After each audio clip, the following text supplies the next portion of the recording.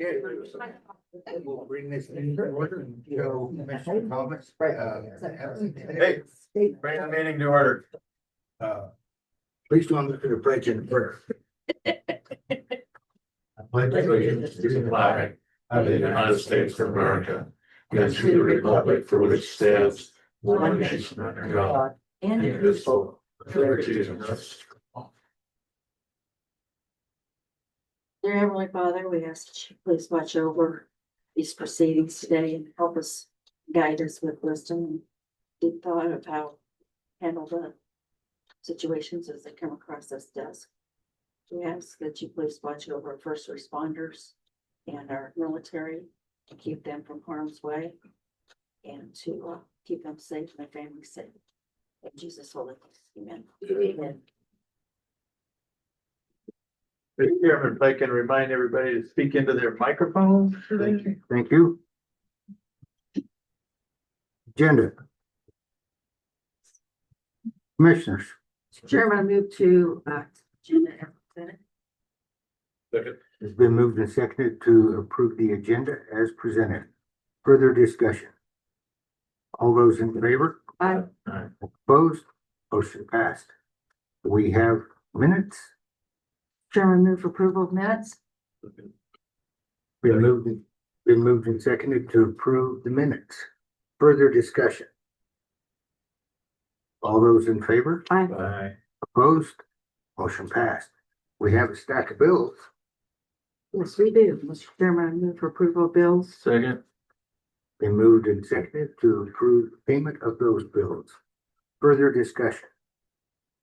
All those in favor? Aye. Aye. Nine. Opposed? Motion passed. We do have Title 25. Yes, Mr. Chairman, thank you. Make a motion that we approve claimant Wyoming Behavioral Institute payment of $754, excuse me. $1,508, Mr. Chair. Motion to approve. Second. Been moved and seconded to approve payment of those bills. Further discussion. All those in favor? Aye. Aye. Opposed? Motion passed. Signature file. Thank you, Mr. Chairman. We have a amendment to agreement with professional services with JUB Engineers. This has been through Billy, this has been through our legal, move to approve. Second. Been moved and seconded to approve the contract amendment for JUB Engineers. Further discussion. Mr. Chairman, Billy. would you please put under not to exceed 250,000 Okay. in there? So amended to the motion.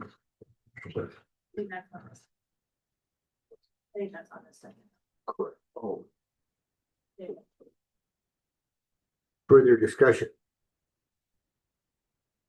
All those in favor? Aye. Opposed? Motion passed. Mr. Chairman, we have an amendment to the agreement between Fremont County Government and the City of Riverton.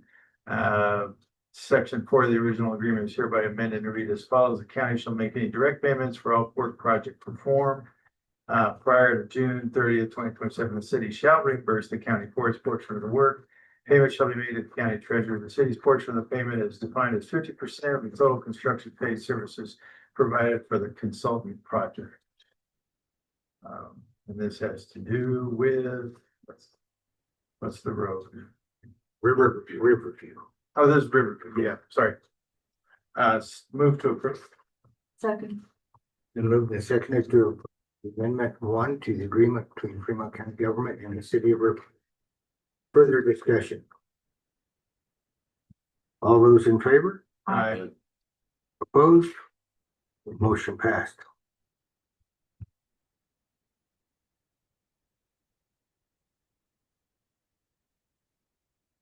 Mr. Chairman, and we have the commissioner's record of proceedings. Okay.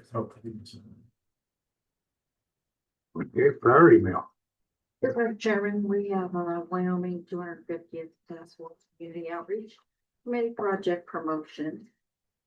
We have BLM notice to proposed decision, Greenhawk Ranch and East Beaver Common. And then monthly review report from the coroner. Public comment.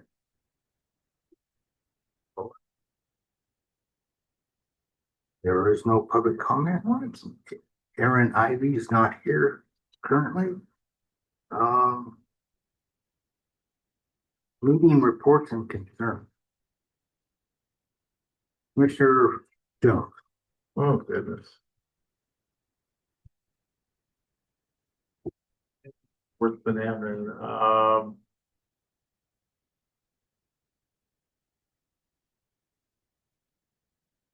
That solid waste yesterday, Mr. Chairman, and they finished their audit over there.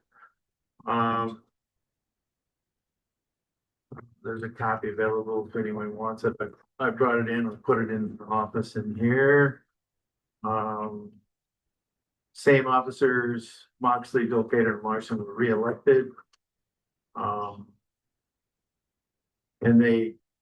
we have several council members from, one from Riverton, one from Lander, one from Newsways, and so they put those folks on the planning commission.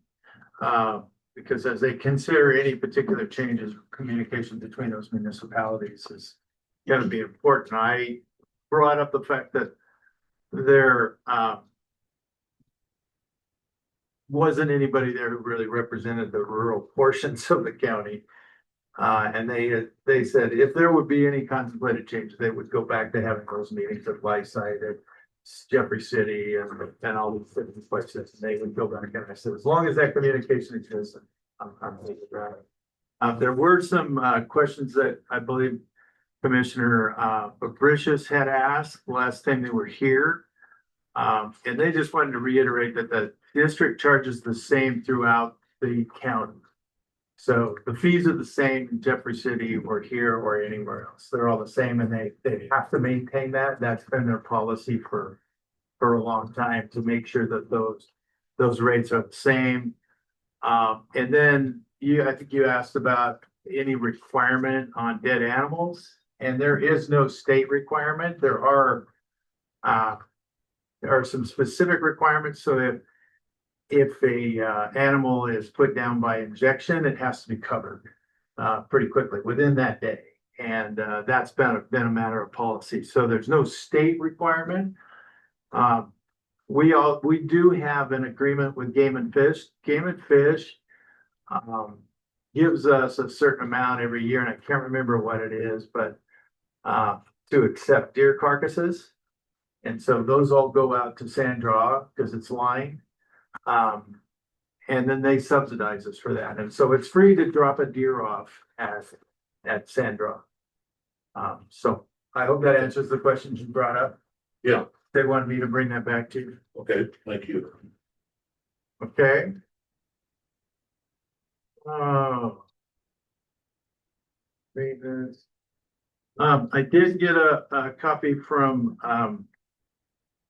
Nelson Architects. They've kind of taken our feedback and they've given us kind of a layout. I did talk to Colleen yesterday and she said that the carport, and we had an extra one of these for Karen, right? Not yet. We'll bring you up. Oh, just wait. Yeah, I'll bring it up Okay. when she's up, yeah. We have here, we can just, okay, perfect. So I'm just saying, we've just got a new layout from Nelson Architects on the feedback we gave them. She went out to look at a structural engineer, architect, to look at that carport area. And the bid that came back was so outrageous that she's going back out for that. But I will, so I just brought these today with we can digest this layout and then I will pull together a meeting with Nelson Architects again, Aaron, and we'll get that back together. But okay. So anyway, that's what I got. Thank you.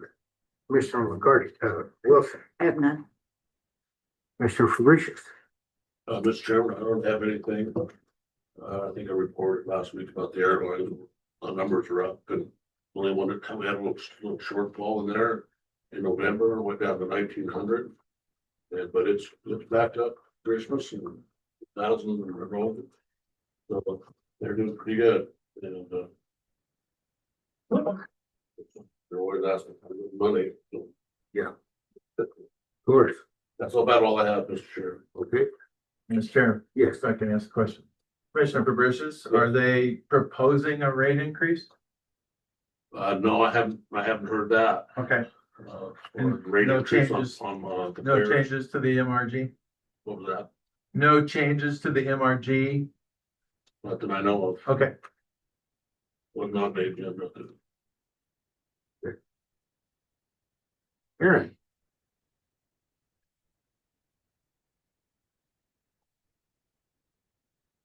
Morning. morning.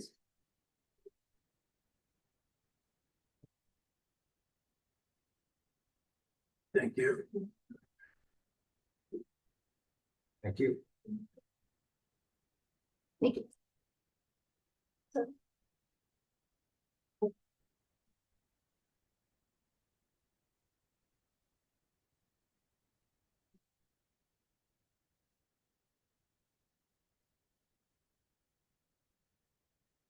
Morning, commissioners. It seems like it's been a while since I've been here in front of you. I have moved our meetings to quarterly since monthly. I felt like I was just reporting on the same information every month. So I think quarterly is a little bit more applicable. So this is my end of the year report for 2025. All of our cases are concluded. Toxicology is returned on all of them. And so these are accurate as of 1/9. So there were 311 recorded deaths in Fremont County, 38 less than that of 2024. The coroner's office was contacted 174 times for investigation or referral, and out of those 174, 156 were coroner cases.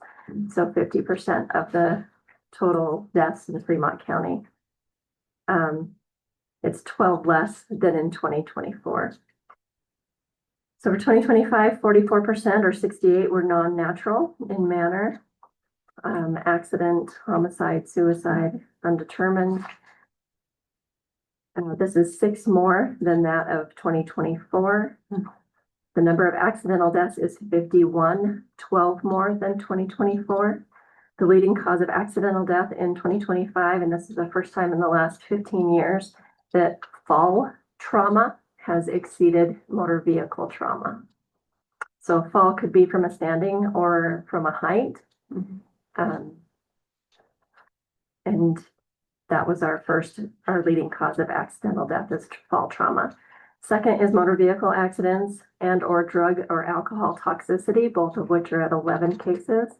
The third is asphyxia at 9, and the asphyxia includes drowning, positional, smoke inhalation. Others include IV drug use causing sepsis at 2, hypothermia at 2, animal injury at 2, and accidental gunshot wound at 1. The number of deaths by suicide is 8, 5 less than 2024, which was 13. The number of deaths by homicide is 7, the same as in 2024. And the number of deaths ruled undetermined is 2, 1 less than 2024. 1 was blunt force trauma, 1 was skeletonized remains. For motor vehicle traffic deaths, there have been 11, 1 more than in 2024. 3 of the 11 involved drugs or alcohol. 1 was a pedestrian or bicyclist, 2 motorcyclists, and 1 ATV. 7 fatalities involved vehicles equipped with safety restraints. 3 of those were in use. For drugs and alcohol, total drugs and alcohol related deaths, so it's not necessarily the cause, but it's related to the cause, account for 51 of our 168 cases, or 32%, the same as that of 2024. Of the non-natural deaths, 33 of the 68 were drug or alcohol related, or 49%, a slight decrease from 2024's 50%. The contributing factor in accidental deaths in Fremont County is drugs and or alcohol. At 51%, 29 of the 51 accidental deaths, and that's an increase from 44%. The primary substance of abuse in Fremont County remains alcohol, with 32 caused or related deaths. Methamphetamine is at 12, 1 more than 2024. Fentanyl is at 4, 3 more than 2024. Metragynine or kratom is at 3 compared to none in 2024. Opiates excluding fentanyl, so oxycodone, hydrocodone, morphine, etc., are at 5 compared to 3 in 2024. Please note that some cases involve more than one substance. It could be alcohol and fentanyl, alcohol and methamphetamine and oxycodone. So they may include more than one. So for location, the coroner's office responded to Riverton 61 times, to Lander 44 times, to Dubois 11 times, Fort Washakie 10, Arapahoe 4, Shoshone 7, Ethity 5, Jeffrey City 3, and Crowheart 1, Hudson 1, Kinnear 3, Pavilion 5.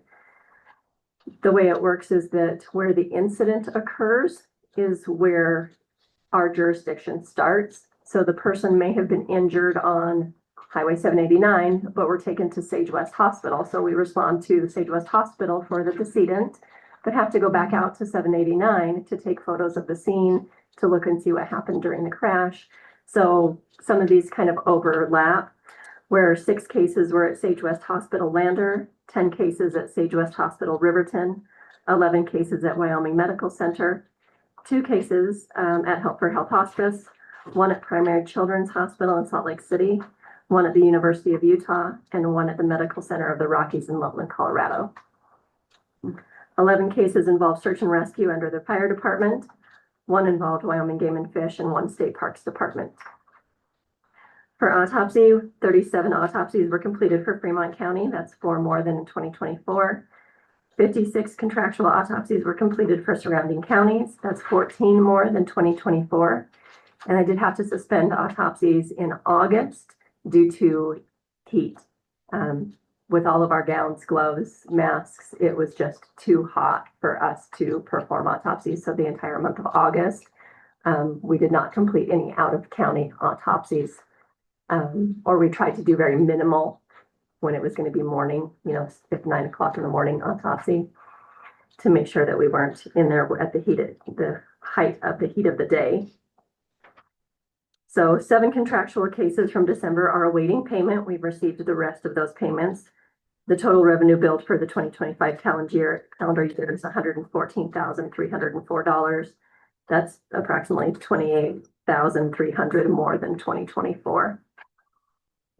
Our budget is currently on par for this time of year. Overtime is at 16.5%. The budgeted salary for Dr. Frost is at 52.5%. And as December 31st, the office is at 46% of the yearly budget. There's been 1 uncompleted, unclaimed remains burial in 2025. And I think you probably saw the news article about that. There is a misconception that we have been unable to find next of kin. And that is not the case in most of the unclaimed burials. Next of kin has been located. They've just refused to claim the decedent. So for a multitude of reasons. But in this case, that is the case.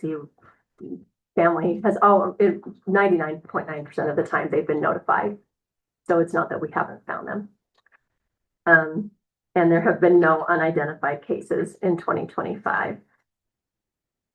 So the last page is just a little bit for your information. Next week, January 25th through 31st, is National Coroner and Medical Legal Death Investigator Recognition Week.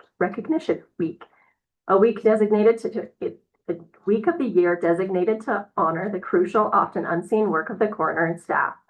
Often referred to as Last Responders Week, this week was supported by U.S. Senate Resolution 532 and emphasizes the role of this office in providing final answers and dignity in death.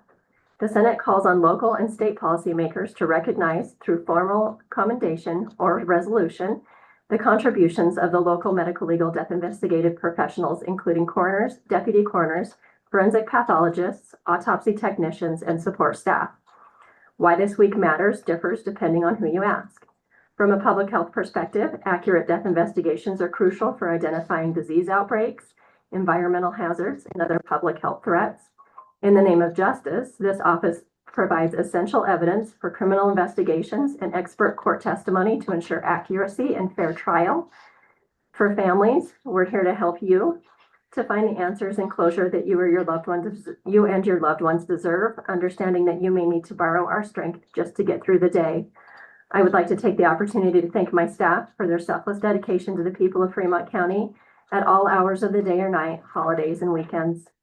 Our community can count on the coroner's office being available when needed. We do this job not for the recognition, but for the sense of loyalty we feel to our community and to provide answers and direction to those who are experiencing likely the worst times of their lives. We are honored to be here for you. Thank you. Questions, commissioners? Mr. Chairman, just a comment. We did get this update from the architects, and I will pull together a group next week to go over this. Couple troublesome spots, and I think you heard we having to go back out and I think we're gonna have to look at different options because I'm very concerned that it's gonna be too expensive to try to go the full distance, but we'll explore that when we get back together based on whenever we can get everybody back together, hopefully next week. Thank you, Commissioner. Commissioner? Did we use anybody yesterday at the rec down there? Country, she was in the water farm or the main highway. Not that I'm aware of. Our office has not been called. That does not mean that they won't pass at another facility. So being flown to Denver or being flown to Casper, and then we'll get notification at that point. Just your But no, not that I'm aware of. sheriff record there. Mhm. Well, Thank you. thank you very much. Thanks for all you do. Thank you. Thank you. And send our thanks and gratitude to your staff as well. I sure will. Thank you. Have a good day. You do the same.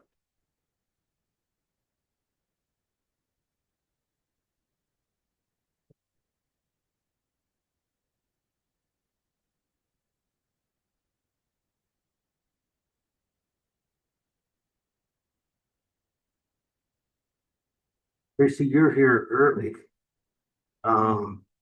Just doing a little research.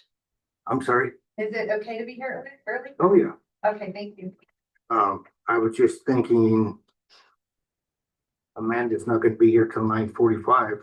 We could slip you in now instead of at 11:45. Yeah. I just think that her type of program might bring in other people, Okay, and so I almost hate to do that. I Okay. could have some budget questions for you. okay. Let's go with that then.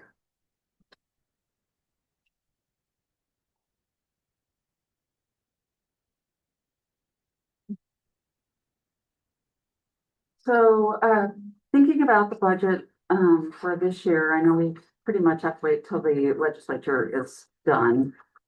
My budget book for last year is almost completed so that we can, so you can have that book to just have around here, and it'll be online and whatnot too.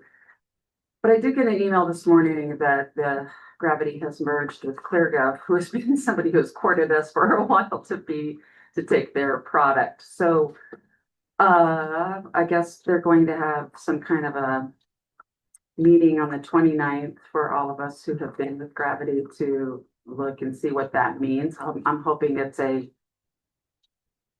increase of abilities to do on Gravity. I'm also gonna sign up Emma this year so that she has better access to whatever they're going to call this. I'm not sure what their new name is going to be, but so that she can help whenever you guys need copies. One thing that I did learn over the last year, the paper that I give you, I know everybody likes paper, but there is, I forgot to bring it, I'll find it over the break and get it to you, but the look that I can get is a budget book look for you. It just won't have the notes, but I can advise our departments to make sure they have notes somewhere like in their budget message so that you can talk about line items. Why I'm saying this is instead of me uploading, manipulating, and making it pretty for you, I literally can hit a button that just says, this is what the budget book would look like. And then it's just a nice, clean way of looking at all their line items. And then I would do the same thing with their budget message. And then I would only have to upload their personnel. So much faster for me to get it to you. A couple things about that. is if Emma is working with that too, she can, we were talking about anybody who says, I'm done with my budget, I'll shut them off so they can't do any more with it. We'll just put it in a book here for you, always here at the courthouse. So it may not be up yet, but they'll already be in the book. But you all have computers, and I can also give you access to look only. So I kind of want to know how you would like to proceed so that when I do find out what the two companies merge looks like, they don't indicate that a lot will change, but you never know how that works. So, like I said, hopefully you get some better stuff to work with, but kind of give me some ideas of how you're feeling about working with your computers to see this. It is kind of hard on a laptop to see the screen. I'm not gonna lie about it, but, and again, with the new merge, it might be better, but, thoughts, because I do need to set that up and it may be an additional cost to me because I'm pretty maxed out at my numbers, but I do have always wanted you guys to have access, and that would be wherever you have, I'm good with my laptop. I'm good with that. and then maybe have the book here Right. at all times for you to review stuff. Okay, so we'll start that direction. Probably somewhere in the first part of March, end of February, first part of March, if the finance team could get together so we can find out where we are with our numbers and whatnot. That might be a good thing. Also to put on your agenda sooner rather than later. The elected officials have been working on, as I mentioned, the policies and procedures so that we can go through some of that stuff. So you don't have to have the lion's share of it. You can look at it. Hopefully, we're going to review that also at the end of this month so we can get it to you along with the procurement policy that is required by our auditors. But in addition to that, you will be setting the wages for the next 4 years for your elected officials. So hopefully in the next month or so, I do have some work that I have done on what the rest of the state looks like, how much money we've given to employees across 4 years and what for the elected officials. But if there's anything else I can help you with, let me know.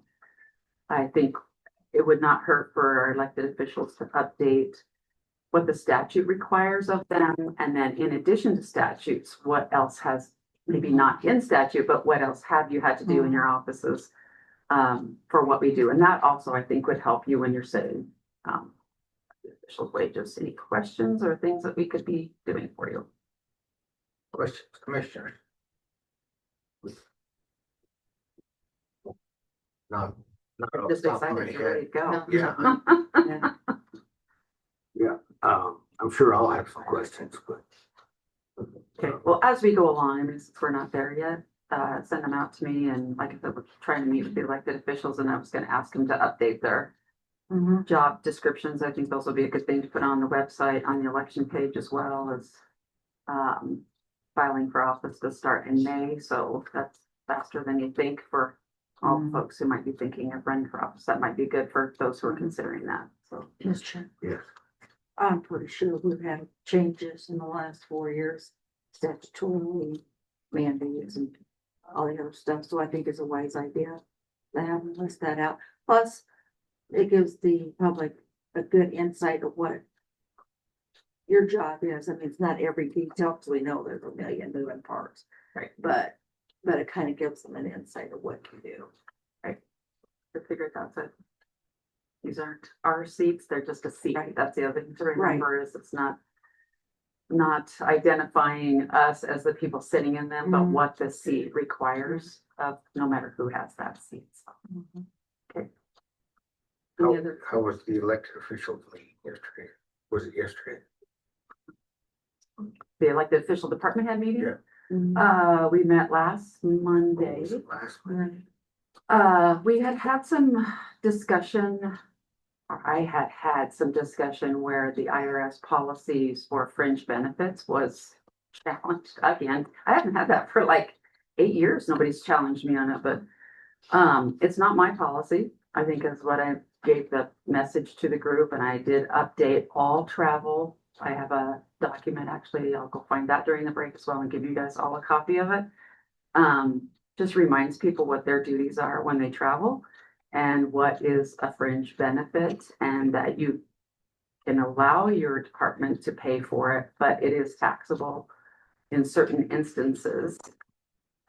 So, and I think the big thing on that is, I mean, on the travel voucher, you're marking, you're telling us if it's taxable or not, and I'm only going on that. If I question it, or if the auditors pull it and question it, that could be an issue, but I can't make everybody do everything they're supposed to do. I can just give you the best information I have and say, this is the way we need to do it. And again, not my policies, it's just something that I have to do. So, we'll continue to work on the rest of the policy book. And again, that should be an online document so that everybody has, as it changes, then we can easily change it. There's so much more we can do now than back in the day when I first started the policy books and stuff.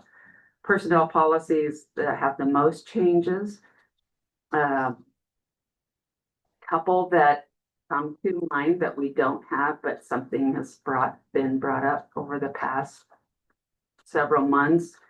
Work from home. So think about that a little bit, how you feel about that. I've drug out some policies from a number of places.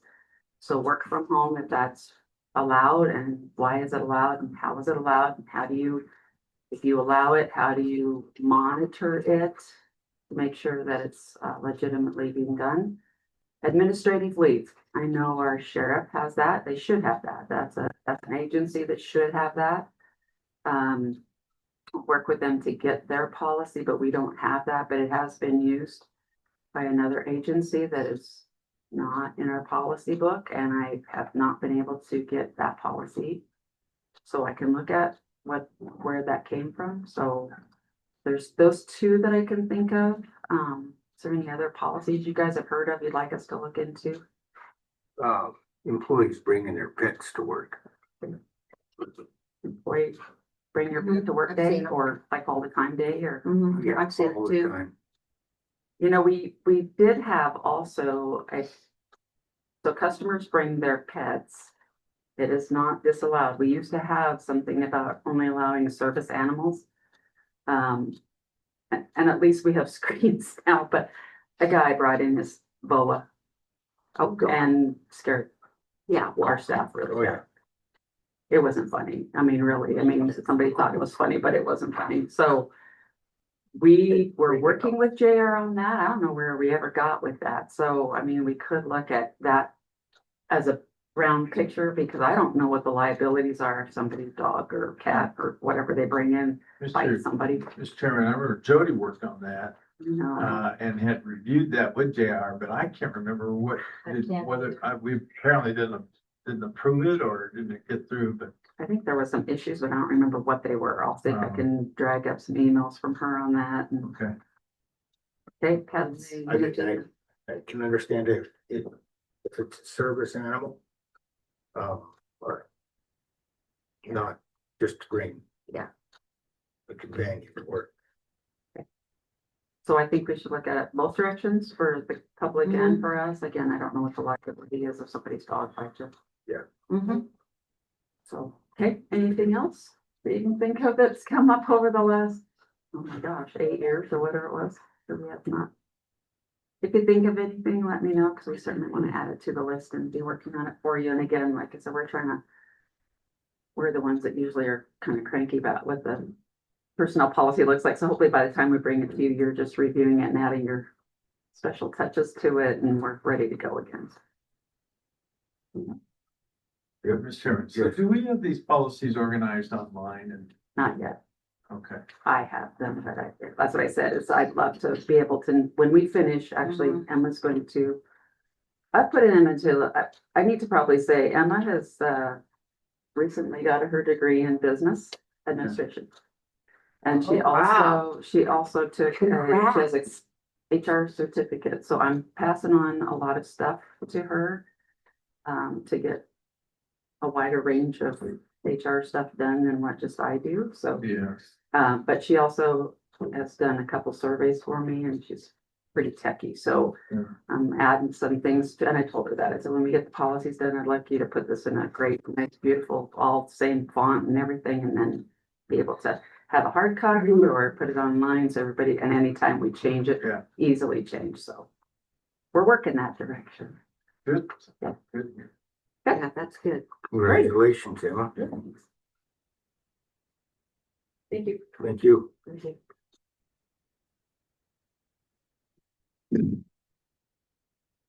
Amanda.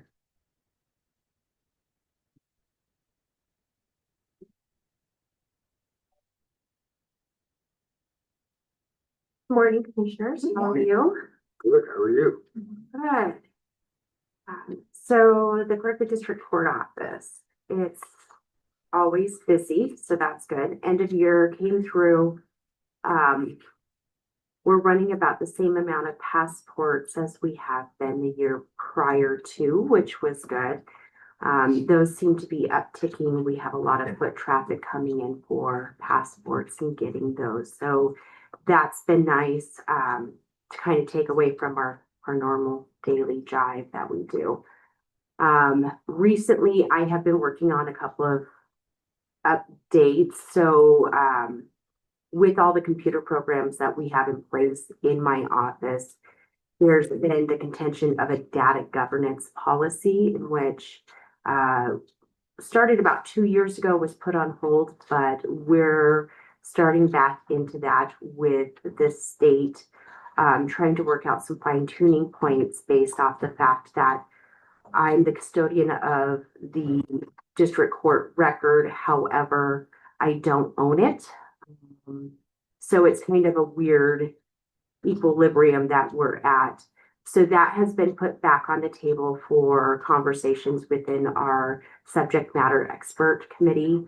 And we'll be working on that. With that being said, there's a couple of things that they're looking into. Instead of just a straight policy, it may turn out to be that there's a memorandum of understanding between the district courts and the state based off of the data sharing that we do. In this world, we've become very data orientated, and there are certain data points that are pulled, but it's something that the state would need our permission to pull. We would have to put in the proper data points. So that started again. Upon that, there's also the contingency with the data governance policy about internet securities, the securities that run through local county IT versus state IT, and what kind of logs and footprints are in our computer system. So we'll be looking in and deep diving into those things as well. The reason being is that there's such confidential things that go between the two facilities that we need to make sure that the people who are supposed to be accessing it are accessing it. The people who are not supposed to be accessing it. So I'm deep diving into those two things currently, working with committees, trying to get those narrowed out so we would have more of an update and a progressive way to move forward with becoming an e-filing. The other thing that I've been working on is in my office, I don't just have one computer, I actually have two computers and only assigned to a few people. One computer is fully county, one of them is state, and it's for the POSSE system that we work in with Child Support Services, which is a deep integrative dive, which we promote. What happens is that system's owned by the executive branch, and they take care, maintain, and upgrade everything on that. Well, POSSE in itself has highly confidential information that's hosted within that system. And part of that highly confidential information is IRS stuff that comes through. So there was a IRS audit that came through the state to make sure that everything was in compliance. And one of the findings that came back was that there's a possibility with laptops being that computer that people who have access should be the only people who have access to it. But not only that, that it has to have a physical two-door barrier between that and anyone else who would have access to that computer, which works during our normal working days. We have a locked door at my facility and then a second locked door. And the key to that is just making sure that I know precisely who is in and out of those facilities. However, there was the question that popped up from the IRS that they felt the computers needed to be locked in another area when custodians or someone who has not been federally background checked would have access to that computer. And so with that in mind, there's that caveat there of, is this something that I'm going to have to maintain? How do I do this? Because of the way that, facilities are ran, is a background check for custodian crews enough? Is that one of those things? So last Wednesday, I had a meeting with the state in regards to that email to get some more clarity on it. The conversation that was had is there's multiple layers of IT security that go into the computer program. So there's 8 different logons that we have to do to use just that computer. And there's only 4 people in my office who are authorized to do it. And so they've sent notice back to the IRS to say, hey, we've taken all of these extra precautions. There is 2-door barriers between the public and anyone who would have access to that computer. Would that be enough? So at this point, basically, I'm just waiting to hear back from the IRS through the state to see what that response would be, to make sure that I'm in full compliance with it. So that's something that we've been working on to make sure that my office is secure enough location that I would have notice of anyone entering or exiting my office. And that if it did come down to things, is there another option besides locking it in another locked room? Things that we've thought about is there are computer locks for laptops. You have a badge card, just like you would with your doors. You tap it, it unlocks it. With the response that that would be an option, the state did state that they would pay for that if that's something that the IRS came back and said that there's not enough security. They just don't know where that would land. So I'm in the middle of working with that. At the end of this week, there's an Access to Justice Summit that I've been invited to, where it takes legal field attorneys, judges, clerks, and basically they're just trying to get ideas on how to get better access for the general public to the legal system and what that looks like and what should be implemented. So hopefully some good ideas brew and come from that to make sure that we're meeting the needs of our constituents, but also meeting the needs of the legal field. It's something that clerks haven't been invited to before, so it's exciting that we did get invited. So we have that on the table. The other thing that we are working on is, of course, next month, we should have our clerks meeting where we're working with a couple of statutes that we feel maybe don't fall into line with what the new systems have brought forward and the level of security and confidentiality that is maintained with those. So that's what I've been up to in the last couple of weeks. That was one of the questions I was gonna ask, was whether there are bills coming that are gonna come before the legislature that are of concern to you. As of right now, there's not really any bills on the clerk's side that we're looking at that seem to be concerning. There are things happening, of course, throughout the judiciary that people are looking into that have their pros and cons. I wouldn't say that I'm concerned with them, but I wouldn't say that I necessarily agree with them. It's an ever evolving field and you never know what just pops up out of nowhere. So there's nothing high on the list. There are things that on future set just to make things better and more progressive we're looking at. So Questions? Commissioner? So, Amanda, with your security, what they're talking about, besides the 2 doors, Would you put a safe in? There's a Or something of possibility. that nature.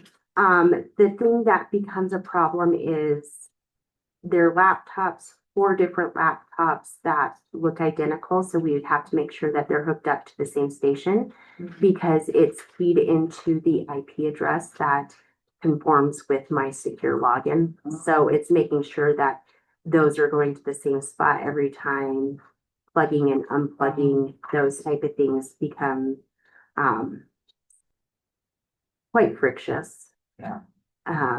Some of the things that I look at too is making sure that my door locks are actually in proper line to ensure that I know who's coming in and out of my office.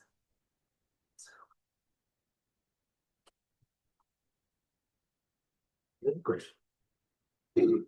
Yeah, is the security cameras, is that the security? It's considered security, but it's not considered a physical barrier. It literally has to be a physical door. So, or a lock in between, something that is, and I argued the fact that we had desktops. I don't know if it's just the laptop issue. Considerably so, someone could walk into my office, pick up my desktop, walk away, and they would still have the same, but I think the idea with laptops is you're mobily moving them. And so those laptops, no, I'm not eligible to take home. No, they don't leave my office. Yes, there's very big issues if they do. So.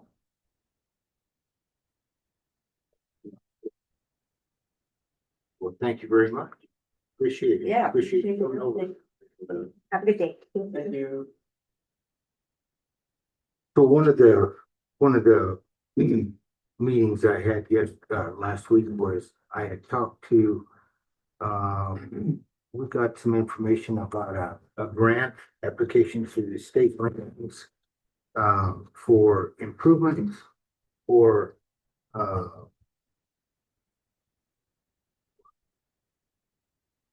safety and for pedestrians and so on and so forth for fairgrounds or rodeo grounds specifically. But one of the requirements is that they have a seating capacity of not less than 7,500 people. Well, I told the gal at the state lands office, I said, that pretty well limits what, probably 98% of the rodeo grounds in it. And I said, can we use the number from all different rodeos throughout the year? I mean, we have college rodeo, we have high school rodeo, we have junior rodeo, we have the fair rodeo, so on and so forth. And she said, yeah, they could work with us on that. So there's, if we can come up with an idea how to apply for this grant, there's the legislature set aside $4 million, and I'm like we talked last week, improved lighting for pedestrian lighting, pedestrian safety, the parking lots, Signage. yeah, so forth. So if you want to if you have some ideas that you want to add to this, let me know. I'm gonna, it is a 50-50 matching. So, they give us $50, we have to give them $50, but it can also be an in-kind service as well. So, if you have some ideas, let's pursue them and we'll go from there. When does it due? It's due June 30th. What's the word? Yeah. Oh, I Well, the appropriation is the appropriation shall be for the period beginning with the effective date of this and ending June 30th, 2026. I thought she told me that the grant application was due in April, I thought. I thought it was like sooner than that. I didn't bring I my was copy thinking over. it Is it on the was front sooner, page? too. to the email from them? I think I'm back here. I was thinking it was soon. Yeah, so I'll check on that. I thought it was sooner, but she seemed to. She said that there is some leeway and they can kind of work with us if we don't meet all the criteria. They have a little bit of leniency as far as that goes. It was good to talk to, and I was totally surprised somebody from State Lands answered your phone. So I'll check on that, Julie. I left that front. I must have left that front page. Submission deadline is February 9th. Ooh, Oh, that's just on the highlighted thing. That I thought was pretty quick. yeah. Yeah, that is quick. Mr. Chairman? Yes, So are you working on this? Yes. Somebody else? I'll work on it. Okay. Mr. Chairman, I think one thing you mentioned last week, or somebody did, that possibly, and it is bad over at the fairgrounds when you park on this side and then there's the curve around the corner. That somebody said that there was maybe like a not full-time stoplight or something, so that there was a way for pedestrians to safely cross that. There's two areas I think I really like that idea, because you should go like 2 miles an hour, because there's always kids darting out and stuff, and that is a scary area. That totally would help all with that. Okay, that's a good idea. And maybe Billy, who has access to that kind of maybe signage or Right, whatever those are called. right. Thinking those. I mean, if it's, Or Mylan. exactly. Okay, Put Mylan on that. He will have that done for you, yeah, all of it. exactly. Plus he does grants, so. I'll work with him. There you go. And if you have any ideas within the next week or so, please email me or let me know, call me, whatever, and we'll come up with an idea how to proceed forward. With that cover lighting coming off buildings. That would, absolutely, yeah, because that parking lot is way dark. Yeah, it is, it's really dark. Yeah, I was thinking some up by the street, sure. and I mean, if we could use it even for the annex, we could improve the lighting in that parking lot. And they were talking at one time of making another access off of 8th Street and use that, well, to pay for that approach and so on and so forth. So, okay, all right, that's If we expand the seating, does that have to be permanent seating then?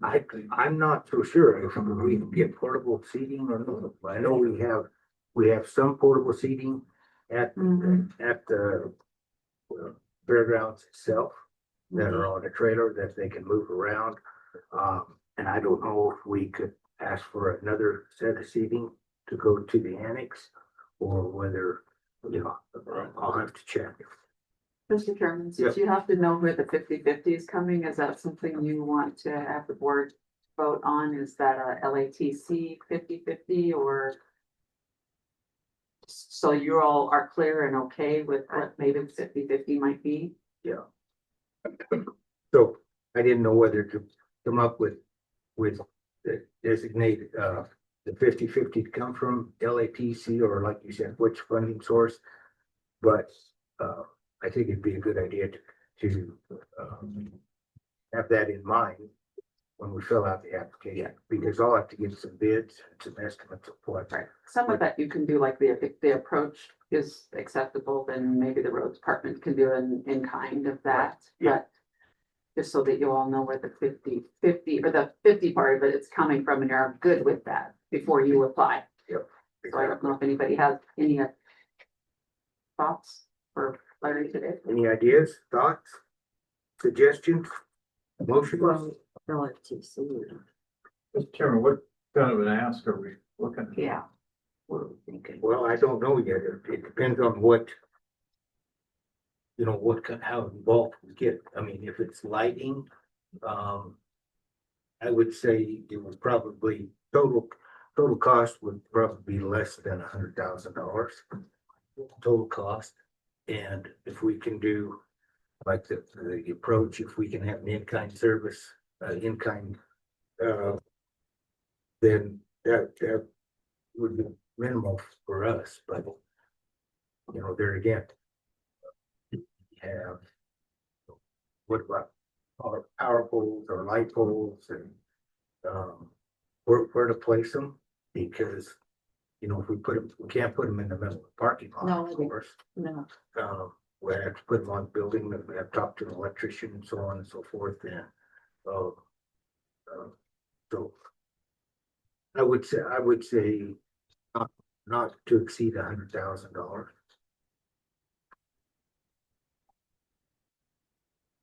Mr. Chairman, maybe we can look at that. We have to have this all wrapped up by the 3rd anyway, Yep, with our meeting schedule. So maybe we could look at it at that time. okay. That's That'd be my suggestion. okay. Tim.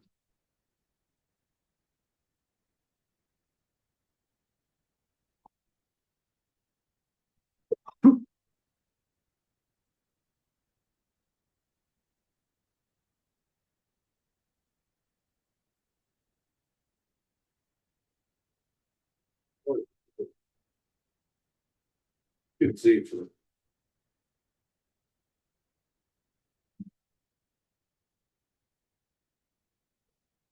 Mr. Chairman, members of the County Commission, good morning. Just providing monthly update from WRTA. December was a very good month.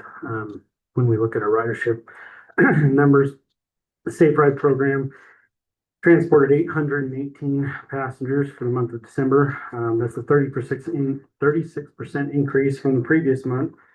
Roughly about 111, well, not roughly, exactly 111 of those were New Year's Eve transports. The Riverton microtransit model showed tremendous growth in the month of December, representing 19% increase to the prior month with 1,079 passengers. Our fixed route services saw a 13% increase with 1,185 total riders, and with a total system across all of our services, we saw a 9% overall, with 3,957 passengers. This represents marginal growth, pretty consistent.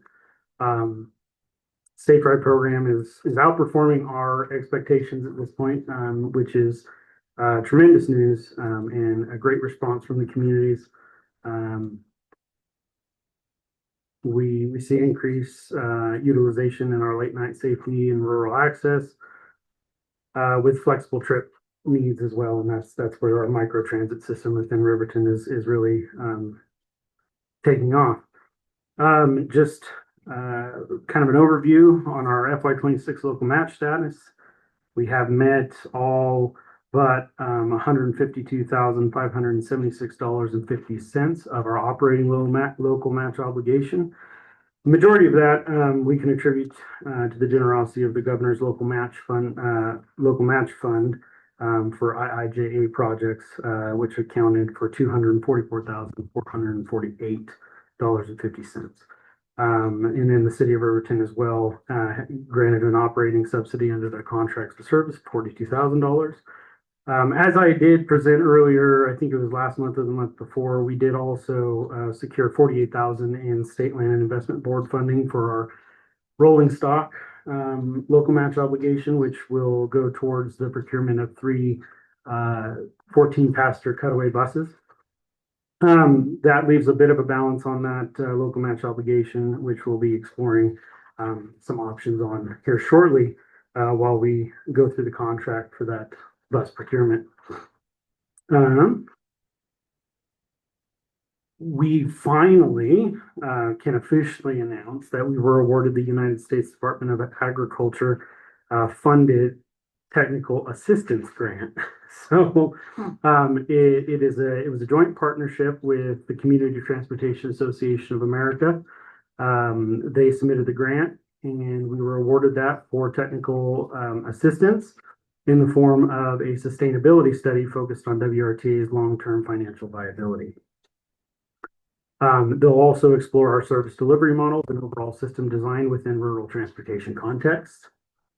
The study will evaluate current operations, funding structures, ridership patterns, and service models. It was an incredible task that we were one of 3 projects that were awarded in the United States. And so moving forward with this project really does set precedent for what rural public transit sustainability will look like. Representatives from CTAA will be on site in Fremont County in the coming weeks. They have requested meetings with local governing bodies, regional partners, community stakeholders. We've sent out a brief survey, just kind of collecting individuals that would be interested in participating. This is kind of that intake period where we will be taking in as much information on with respect to community input of what the system looks like, some of our available partners, some of our currently engaged partners, and potential future partners as well. These discussions will basically inform that fundamental piece moving forward of this study as we develop it. I do anticipate this project will last. We originally expected a 12-month study with some of our prior obligations with our partner CTAA. It looks like we will complete the study ahead of schedule, probably in June. So it's a bit. We've pushed the throttle down on it, and we are supplying them with a lot of information very quickly so we can get this moving forward. And then finally, just a administrative update on FCAG and WRTA as an organization. We recently onboarded a new business manager, came with extensive experience in government accounting and internal controls.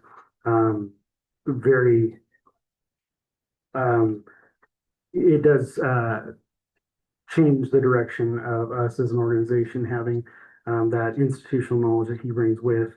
And we're proud to have that individual on. We're currently undergoing our annual financial audit, which is proceeding as scheduled. We anticipate completion in March of 2026, or in March. Yeah, that's pretty much my update for this month. So is your new business manager already on board? Yes. It started on December 8th. And what's his name, her name? For sake of preventing any potential poaching, I'll talk to you offline about that. Talk about it. I mean, we are very fortunate to have this individual. So, okay. And for sake of privacy, obviously. Question. Yeah, Mr. Chairman, so looking back up on the local match status, I see a $42,000 operating subsidy from City of Riverton. And some capital infusion for your request for smooth network thing. Is the 244,000 from the IIJA, is that a one-time deal or is that got some sustainability to it? Mr. Sherman, yeah, that is an excellent question. So this came from the governor's office. From my understanding, a few years ago, he set aside about $73 million, don't quote me on that, for local match obligations throughout the state for projects funded by the IIJA. This is a one-time infusion of funds. I've spoken with our county representatives as well of having a discussion of at least another year of some kind of grant award in a similar amount, just to provide a longer runway of local match funds. But there is no guarantee to that. Just looking out, we're entering budget season here. Are you anticipating an ask of the county? As I do with all of our local government partners, I'll make the rounds, just looking at our, local match allocated appropriately, to each municipality in the county as well. Is that a yes or a no? You'll see me come budget season with a number, with a humble request. If I might, Mr. Chairman, as well. I do have a follow-up to your previous question from our last. You did ask the percentage that the Head Start contract generated, of our income. If you do not include our federal grant, funds, it's about 41% of our local match funds that are generated within the organization. If you do include our total revenue with all of our federal grant, reimbursements, it's, 8%. Okay, that's hard to follow. Is it 41% of your budget? 41% of our Of your revenue, revenue budget Yeah. is coming out of the Head Start? yes. Okay. Is there a percentage that comes from the Riverton Senior Center? Not at this time, no. We, part of this integration with the Riverton Senior Center, we needed to establish a data baseline of, we did honor kind of carrying over, the free transportation to and from the Riverton Senior Center. So we want to get a first year, total of how many rides that is, so we can quantify that to an amount, of fare, subsidy that might be appropriate. Anything else? Jim, what does it cost now to replace a bus or when it's life expectancy of 500,000 miles? What is the price one of those buses now? Mr. Chairman, that's an excellent question.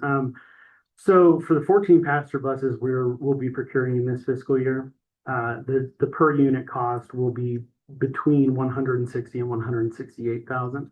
Those are 14 passenger buses. They're normally what you would envision is a bus that you see most of the time.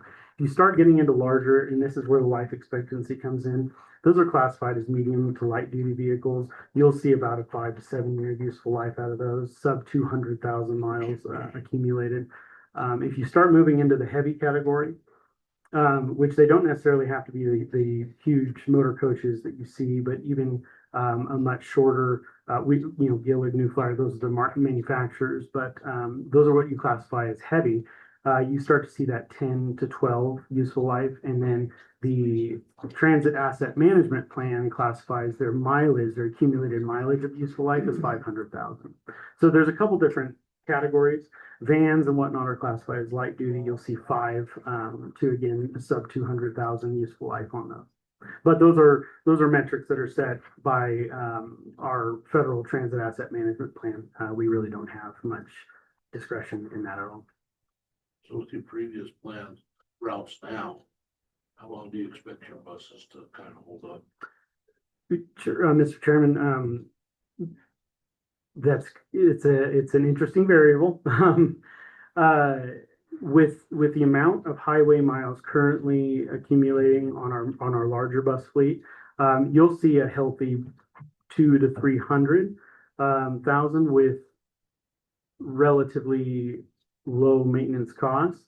As soon as you start to exceed within that threshold, you'll start to see pretty significant increase on your maintenance costs of those vehicles.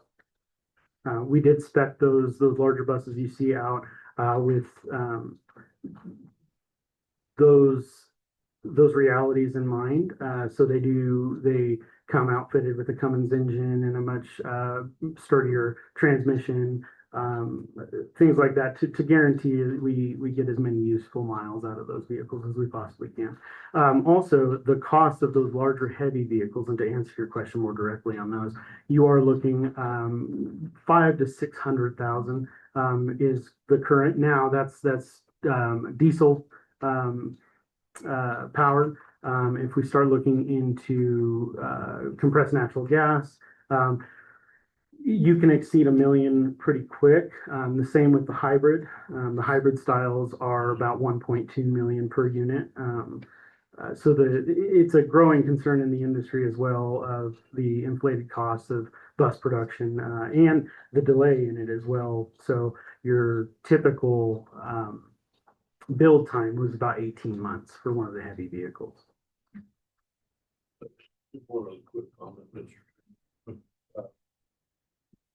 Safety, with the buses, can we get the drivers to get a little training and helping our elderly out on buses? Certainly. A little bit more, so that we don't have an elderly person get hurt getting on or off the bus, you know, if they're carrying their groceries or whatnot. Could we get maybe just a little bit of courtesy training for those people that are driving that, you know, will need a little assistance getting on down? I know some elderly people are, you know, I can handle this, I can do it myself. But still, it'd be nice if our drivers would help, say, I'm here to assist you. And if you need some help, you know, we'll let those drivers express that to your patrons that they're here to assist you getting off and on the bus. Would be a big help to a lot of our seniors that are getting on up in their service. Mr. Chairman, certainly, there's extensive requirements for transit operator training currently, but we can certainly look into additional training options that we can provide. We have to be pretty careful with the amount of direct assistance that we provide. Is with some of our federal requirements, it can become what's considered indirect services or incidental services, which cannot be funded through our current, but we are looking at alternative funding sources, usually through 5310 funds, to kind of subsidize those provision of direct services for elderly and individuals with disabilities, and that's what that funding is for. So we are kind of beholden to some restriction in our direct service provide what we can provide, but we could certainly look into the training within our regulatory ability. We appreciate it. Absolutely. Thank you, Tim. Thank you, Tim. Of course. Thank you. Appreciate you. With that, we will adjourn until 10:30. We will go have a break, 15-minute break.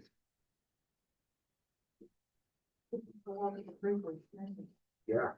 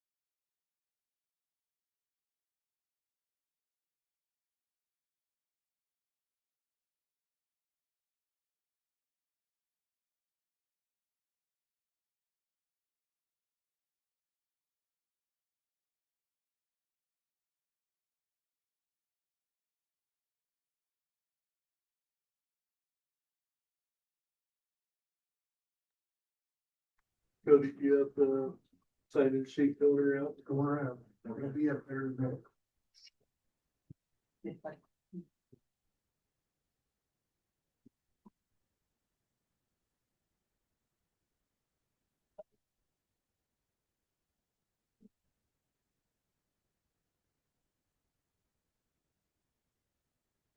Ready, Emma?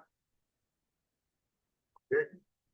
We'll bring this meeting back to order, welcoming YDOT, Cody Beers, Pete, and all parties involved, for the annual skip, update. And I know it's a little early, but you explained earlier why, and totally understand that. So I'll turn it over to you, Pete. All right, thank you. Let you have this chair. There's a bottle of water here. That's gonna make me feel too important. And I put the gavel there. Case Mr. Joe is that line. Do we get snacks too? Yeah. Yep. Up there. All right, good morning, everybody. I guess the purpose we're here for is to gather public input for our step, but also for a number of other things, and just have a lot of discussion on ongoing issues that we have with the county. I'm Pete Halston with the Department of Transportation. I'm the district engineer.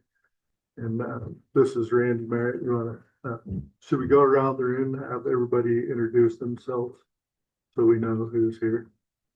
Go ahead. I'm Randy Merritt, the district construction engineer for White Oak. Cliff Brower, maintenance foreman in Lander. Mike I two White Oak maintenance here in Lander. Janelle Hahn, wife of former White Oak.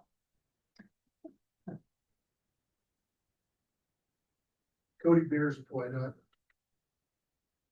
Brendan Tillman with the city of Riverton. Regine City Lender. Boyd Larson, state legislator. Jack Hoffman, district traffic engineer for White Oak. Eric Smith, resident engineer in Lander, White Oak.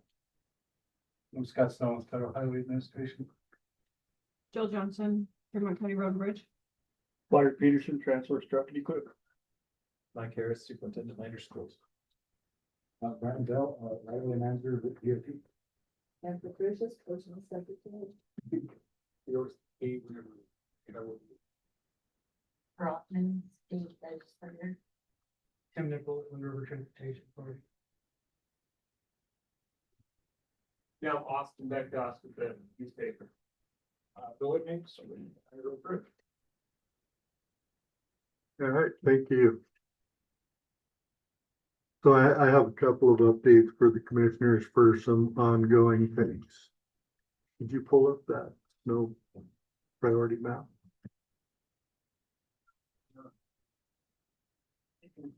Get back and we'll just go through it. Some of the discussion from the last step meetings, there was some questions about Honor Farm Road and if there were things we could do with that. I know there was a recent incident there, so that's probably front and center in your all's mind. So there's been some interest in development there, and we've been contacted. So we are again looking at the potential for a signal there and speed reductions in that area. So we'll evaluate kind of the whole stretch of road and all the various options. So we're going through that process right now. This, what Randy just brought up is our snow priority map. And I don't know if you guys are all aware, but we recently had a meeting with the Jeffrey City community about our snow priorities and what we do for snow removal.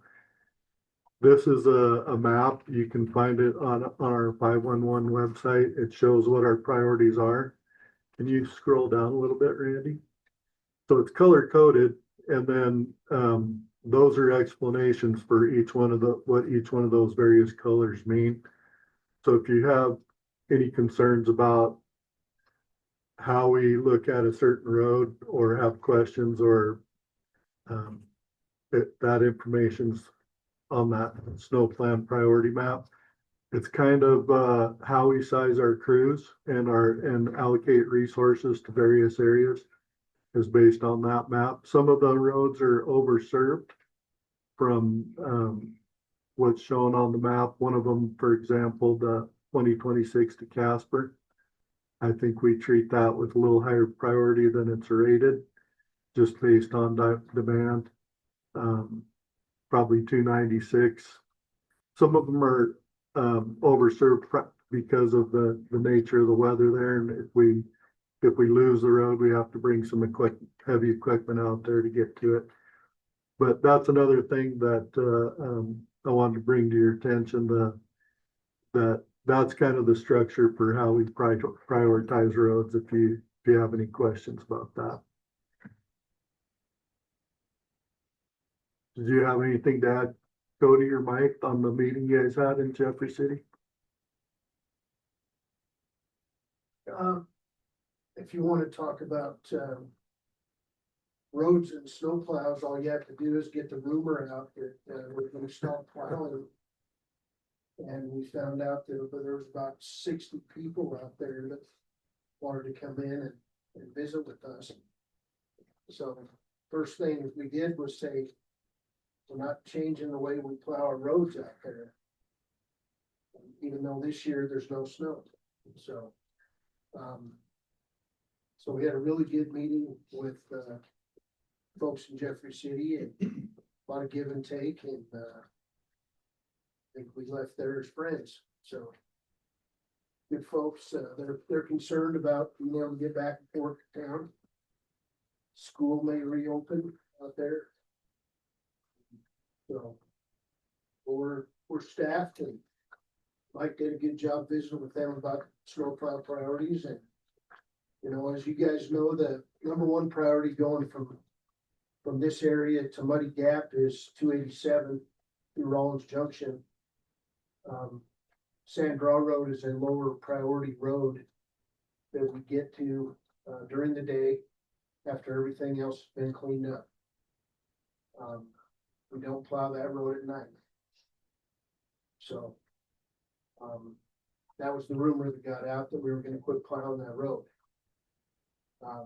As Mike can tell you, we filled up the fire hole that night, and it was good because a lot of people got to ask questions about how we do the things we do. So good meeting. You'll also notice Randy's going to talk about our NHS and non-NHS map. The priorities kind of mirror that. The interstates are our highest priority. The NHS system, which is our primary arterials through various areas, are our primary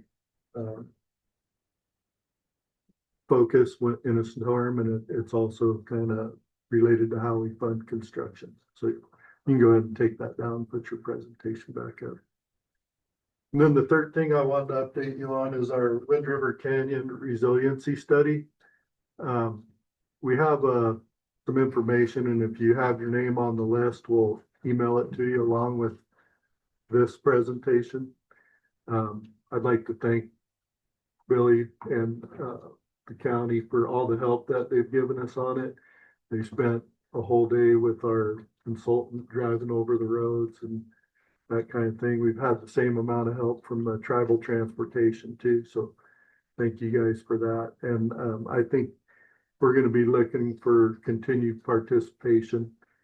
The schedule is, I think we've done a lot of the alternate route evaluation, or at least mapping and gathering data, and we're doing the kind of the alternative evaluation now, and we'll be having more public meetings in the spring and involving you guys through those meetings and reaching out to you. We might be back here has to be back on the agenda too. So with that, I'll turn it over to Randy to talk about our state transportation improvement program. Excellent. Well, welcome and thanks for coming. As was mentioned, this is a little different for us. Typically, we're out here in the summer, but it was decided we wanted to get out earlier in the year. Part of that is because our fiscal year starts in October, but our funding, really when we're starting to look at our budget, is about April. And so being able to come out and talk prior to getting our budgeting numbers for the year, this is a good opportunity for us to hear what's going on in the county and in the cities, see what we can do to try to mirror some of those projects together and get, the best bang for our buck. I can get this to work here. There we go. Our mission, vision, and values. They haven't changed. We go off the right values. And really our mission is to provide a safe and effective transportation system. So what we want is for you guys to have confidence that if you get on the road at point A, you can make it to point B safely and effectively. Wyoming, we drive more miles than any other state around as far as per person. And you think about all the connections that we have from community to community, for whether it be school, whether it be commerce, whether it be just recreation. We drive a lot of miles. We need to make sure that we have a transportation system that can uphold that. Our areas of focus. First is really to serve our customers. That's anybody that is using one of our highways or other infrastructure that we have out there. We want to ensure transparency and public engagement. We want to make sure you guys know what we're doing out there and how we're doing it. And then get that information back from you on what you're seeing, again, such things as the snow plan and how we do things, make sure that they're lining up with the true needs of our constituents. We want to value our team. One of the things that we've seen, I'm sure that the county, and if you're a business owner, the cities, same thing. We're having a lot of internal turnover.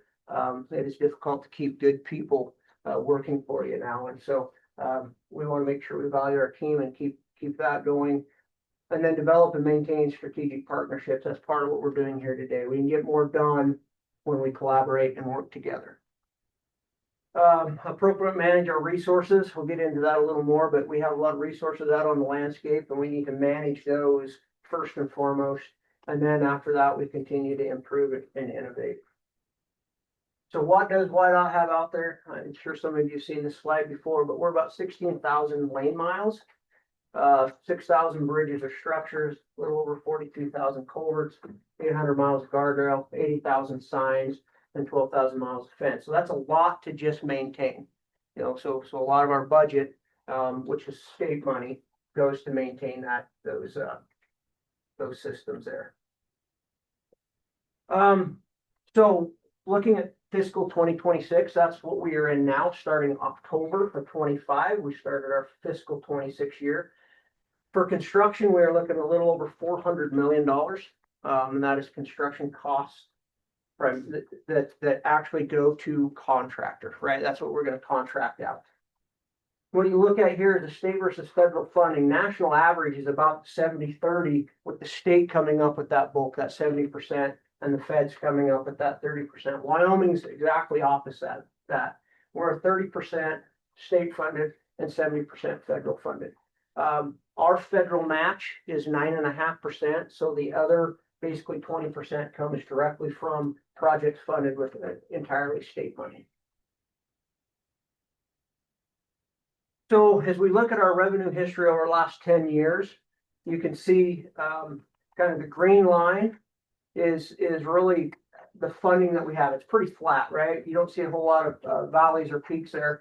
2027, we will see a little bit of a peak. That is out of those about $64 to $70 million that we're expecting to receive out of the vehicle sales tax. So there'll be a little climb in 27.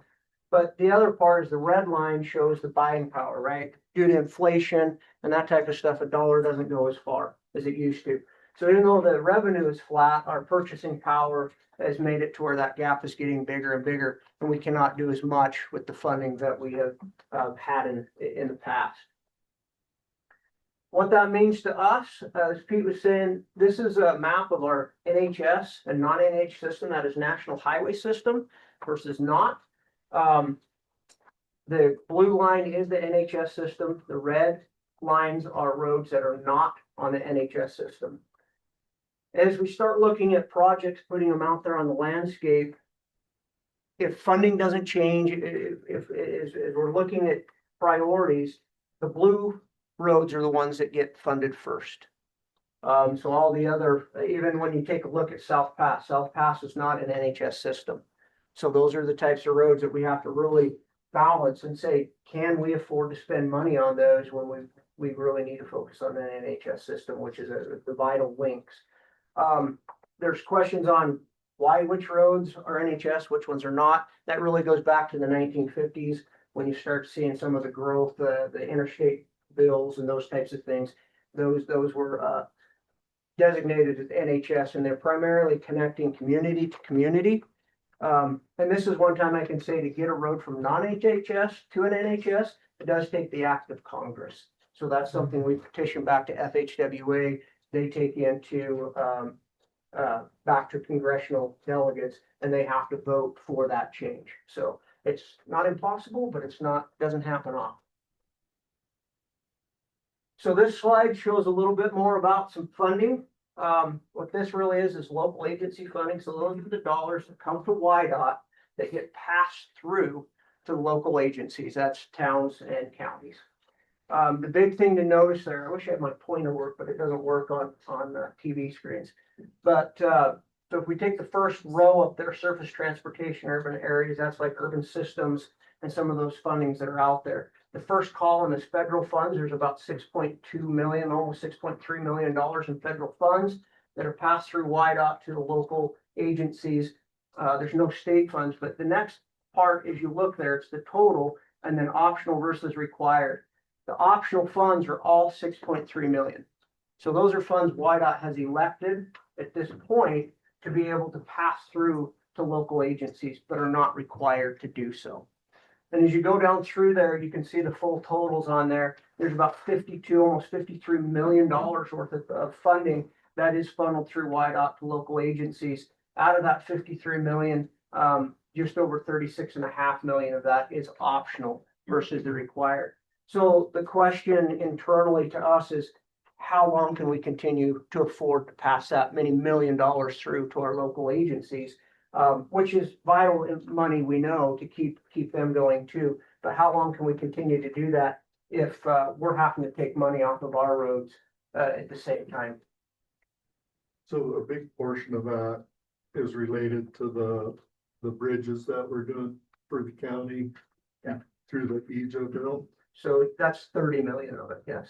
Yeah, so as you know, one of your bridges dropped out of the program because it got so expensive, and that all came to be at a time when we were experiencing really severe inflation. So initially, the estimates were not very high, but that's how much of that we're adding to the program to keep some of those bridges in the program. Yeah, when you look at that, again, it's $30 million federal, 23 of that is optional. So we've elected to be able to try to keep that $23 million of optional money to continue to fund those structures. Maybe you get a quick. Yeah, go ahead. So then do you have an idea, as you look at maintaining your highway system, how much we're short on an annual basis in keeping those roads up to speed? Because if we shifted all of that you're shifting to municipalities and counties or to do roads, would that take care of what we need, or to give us an idea of what that looks like? We're far short of that. I'll let Pete talk.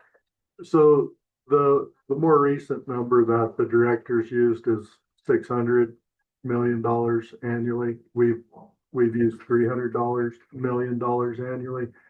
And I think that the point is that it continues to grow. It's at least 300 million annually. The way that looks on the ground or how that shows up in what we do is, for example, we had really severe rough road on Highway 16 from Moreland to Buffalo. Wanted to get it in the STIP, but we had to choose between Highway 26, which is also an NHS road, and Highway 16. So Highway 26 is in 26. As far as The overlay part in overlays between the this year. turning lanes. Yep, it was let this year. So, and then Highway 16 has to wait until 2029. Right? The other thing that we're seeing in our district is because we don't have any interstate, rather than getting $50-60 million a year for our district like we used to get, there's years where we're getting 28 million. So rather than being able to populate the new STIP year so in what, March, April, when we get our new budget numbers, rather than be able to put new projects into the STIP, we're probably gonna be moving projects from 2031 or from 29, 2030 back to balance our budget. So we may or may not get to put any new projects in the STIP in our district, because a bunch of that money is going to the interstate and other areas with a greater need than what we have on our system. Right now, Thanks for that question. yeah, typically our STIP has been around that 40 to 50 million just for our district per year. In those out years of 2030, it looks like we're gonna have about $24 million to actually spend. So that 30 million would basically fund that difference in one district. So the follow-up question on that. Please. So with that reduced funding, does that change your approach on how you repair highways, replace it, or can you help me out there? Absolutely. You know, you go back 15, 20 years ago, we were doing full reconstructions, right? We were also adding capacity, doing more passing lanes, turn lanes, those types of things. Now we are basically milling an inch of plant mix off, trying to get rid of the worst of the rutting and the roller coaster, if you will, effect out there in some of these areas. And then we're doing it like a 2-inch overlay. So we are not touching the subgrade on these roads that are, you know, they were built in the 60s, 70s, haven't really been touched since then.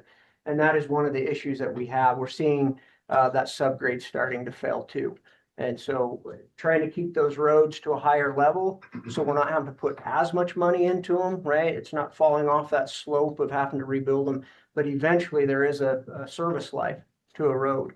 And as that subgrade starts to come apart, we're now having to add maybe 8 miles of overlay, but half of a mile in there is really bad. We have to go in and fix. And we're starting to see that pop up more and more because we're just not keeping up. So yes. I think that we're probably preaching to the choir a little bit there, because I think you guys face the same situation in that funding has remained flat for so many years. Like if you look at the SCCFM fund, and I've been around long enough that we used to be able to do reconstruction projects with the money that is in the SCCFM fund, which for the public is a fund where we pass through some of the mineral royalties and fuel taxes to the counties. And I don't know, you guys are probably working on your budget right now, aren't you? Right. So it's in the neighborhood of what, $100,000 a year, or? Probably, yeah. So, you know, 30 years ago, we used to be able to do, you know, you could save it up for a few years and do a reconstruction on 5 million or 5 miles of road with that. Now you're lucky if you can buy a motor grader, right? So it's kind of the same thing that you guys are facing. Infrastructure around our state, I think we're struggling to fund it. And our systems are pretty integrated. You use county roads and city roads and highways quite a bit to go anywhere.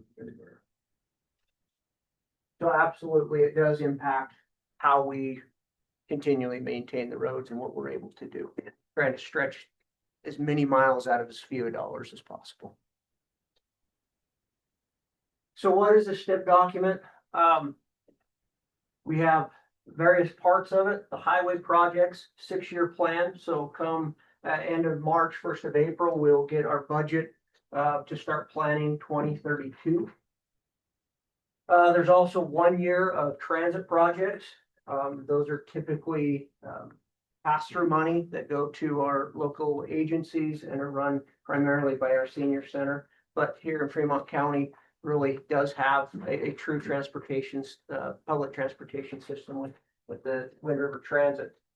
Their aeronautics also has their own STIP, but it's also a 6-year plan. And then the Public Communication Commission, that's typically WyoLink, and things to deal with that. That's a 1-year funded plan. And then capital improvements, that's buildings and things for the department, is also 1 year. So if you look at the STIP, you're going to kind of see that. So quickly, as we just talked, aeronautics, they support about 40 public use and locally owned airports. They have their own capital improvement plan and their own STIP plan that shows what they're going to do there. Usually emergency communications at WyoLink. We do not have any upcoming WyoLink projects in the current STIP. Capital improvements, WYDOT has about 475 buildings that we maintain throughout the state. We do not have any new capital improvement projects planned, but we will be continuing that needed maintenance on the sites that we own. And then again, transit projects, we do have transit in all 23 counties, again, provided primarily by senior centers throughout the state. And that is a grant or an application that comes from the local agency in the spring, and it usually has a match of 15 to 50% depending on the funding. And just quickly, that's open March 1st through April 15th annually if you are looking to refund that. So the budget overview, really how that works, we have 5 districts in the state of Wyoming. We're looking at it from a statewide perspective. And as Pete talked about, depending on the needs throughout each of the different transportation systems out there is how we look at the available funding for construction. We get some numbers from the budgetary end of things from FHWA. What are we going to have to spend in those outer years? Kind of get out the crystal ball and hope a little bit. And so that's how it's determined what you're going to have to budget for the statewide. Then the powers to be down in Cheyenne, they sit down and look at those needs throughout the state, and they start divvying out per district. And they are not on equal amounts. It is on an asset-based management system. And so again, as Pete talked, as I-80, I always say we're paying child support down there a little bit. And so that hurts some of the funding here. Yes, please go ahead. When you say the powers that be, is that the commission or is that just administration? Who is that? Administration. So that's our executive staff along with our budgetary folks that are really looking at all those dollars coming in, and then they take our pavement management system and other asset systems to try to break that money up. Yep. Thank you. And then the WYDOT budget program, that they assign the funding type. So is it going to be state? Is it federal? What type of federal? So as everybody that's done budgeting knows, there's strings tied to each pot of money. And so our budget people look at that and think, okay, what pot can we get into for this project to get as much funding as possible out there on the road? So we do have projects where maybe we have some overlay, say an 8-mile overlay, but there's bridges in the middle of that. We may go after bridge funding for the bridge pieces and then roadway funding for the roadway pieces. So we mix and match as much as possible to get as many dollars out on the road as we can. So really what this looks like moving forward. So throughout the year, continuously, we're always looking at our asset management systems, looking at the different safety or crash reports, long-range transportation plans, those types of things. And we're trying to compile all of that. Now this is the change. Used to be throughout the summer, but now January through February is when we're coming out and trying to meet with the public and have these meetings and get input back. And going through, all the different people that are affected and part of our planning, those different agencies. And then moving into March, late March, usually 1st of April is when we start seeing those budget numbers more concrete, and they're able to kind of assign that out. We sit down and start planning that future 6th year out there, plus moving and massaging those years that are closer. Typically, within the first 2 years, so it will be 27, 28, we're fairly concrete. We try not to move too many things there, but those outer years, as those budget numbers change, that's what Pete was talking about. The last few years, instead of adding new projects to the STIP, we've just been moving projects in the STIP out due to inflation and increased costs, and that eats up most of that year. So we're really not getting to plan new projects, it's trying to hold the ones that we already have as priority. And then September, we move into there. That is when we go to Transportation Commission to approve the STIP. So that's when they become involved on the numbers, and they approve it. It goes to FHWA for concurrence, and then it's published for the beginning of the fiscal year in October. With that, it is still a living document, depending on what projects. If we have some right-of-way issues or some environmental hangups or something else pops up, we still may switch and trade a project here and there to best suit the needs and keep as much funding as possible on the roadways. So looking at Fremont County, the red numbers are 2026, blue are some of the future numbers out there. We have different projects going on here throughout. We also have some that were let in 2025, the end of August, and so that are out there. We do have some overlays out between Pearl Harbor and DuBois this year. We will be going from Shoshone. We're replacing the railroad tracks there right in front of the YDOT shop. That's going to be an interesting job. So YDOT oversees all at-grade crossings on public roads, whether it be county, city, or state. And so we'll be replacing those there. And it's a little different project. It'll be interesting how it all goes. But then we also have some overlays going on between Shoshone and Casper. Those are for the spots. We have some passing lanes coming up. I know we're all excited about that. In 2027, they are being funded by that additional funding through the vehicle sales tax. That's one of the projects that got earmarked for that. But what about the miles in between each of those? We're going to go in there this year and do some thin overlays to hold the road together in between where those passing lanes will be. So we do have some work coming on. And then you can see throughout the next year, we have some others that are planned out there. So a lot of work in Fremont County over the next few years. You go to our website and look at our STIP, it's going to look similar to this. It's going to give you kind of a general location and details, kind of the character work, mile markers, and that type of thing. And then some years that are out there and basic costs. And then there's this that probably gives you a little bit more of a high level breakdown. You can see each year. So in 2026, we've got about $12.2 million just in transportation projects. Transit, again, remember, is just annually, so it only populates every year. So next year, I would expect to see some more money in there. And then aeronautics, you've got some there. Anyway, as you go down through, all the way through future years, we're looking to spend about $150 million here in Fremont County in transportation projects, and through aeronautics and the others, about $165 million over the next 6 to 7 years. So the majority of our dollars end up getting spent in Fremont County. It's our biggest dollar county of all the counties, primarily because we have so many roads. Yep. And I'm not sure if any of those aeronautics projects are the access road. But I know you asked about that last time, about the approach road to the airport. Yeah, I was gonna ask you about it again. Yeah, and I don't have the aeronautics yet, but we can. We'll look into what those projects Yeah, are. And get we can back at to you. least get the. It's gonna be important to our community, especially with that new hospital you're seeing out there.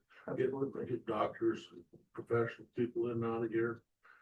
That's gonna be very important that we get that road fixed, because even for appearance wise, people come in that bring their spouse. When they look at the road, and it looks like the dirt roads, they're backcountry. And it's not appealing to that profession or people that want to stay here. If they can't get to the airport quickly and conveniently, a lot of them were holding back. So I think it's very important that we get that for the Fremont County's economy, is to get that airport road fixed. And it really does that. In addition to what those projects are, we'll find out who you can talk to about that makes funding decisions on the aeronautics budget, but it's my understanding it's I can weigh in a little bit there. okay. Thank you, Commissioner, for bringing this up. I think this is a great opportunity for a lot of us to get together and figure out how to fund this road. And I think the quick answer is no. The funds in the aeronautics, in the aeronautics column there don't apply to airport road. They're just for the airport. So there's a taxiway project coming up. There's a thermal expansion project coming up. Those are the ones that are part of that. But that airport road, the cities tried their best to kind of chip off some improvements there, but we only get so much to put towards that. So it'd be nice to talk a little more on how to do that project. I think we can all put our heads together and come up with something. So. I'll get with you on the rest of the order. So under the next thing here, you see on our website, we used to have a great big huge website address up there. Now we have this cute QR code. So you can just snap a picture of it. It'll take you right there. It brings you up to this multicolored map. Each one of those pins are a project throughout the state. They're color coded to the year in which they will be let. You're able to click on those. It'll give you a brief description of what it is, where it is, and then allow you to leave a comment if you have any comments or concerns for that. So, and as we send this out, hopefully everybody's been able to sign into the sign-in sheet. Cody will make sure that you get a copy of the presentation so you have the QR code.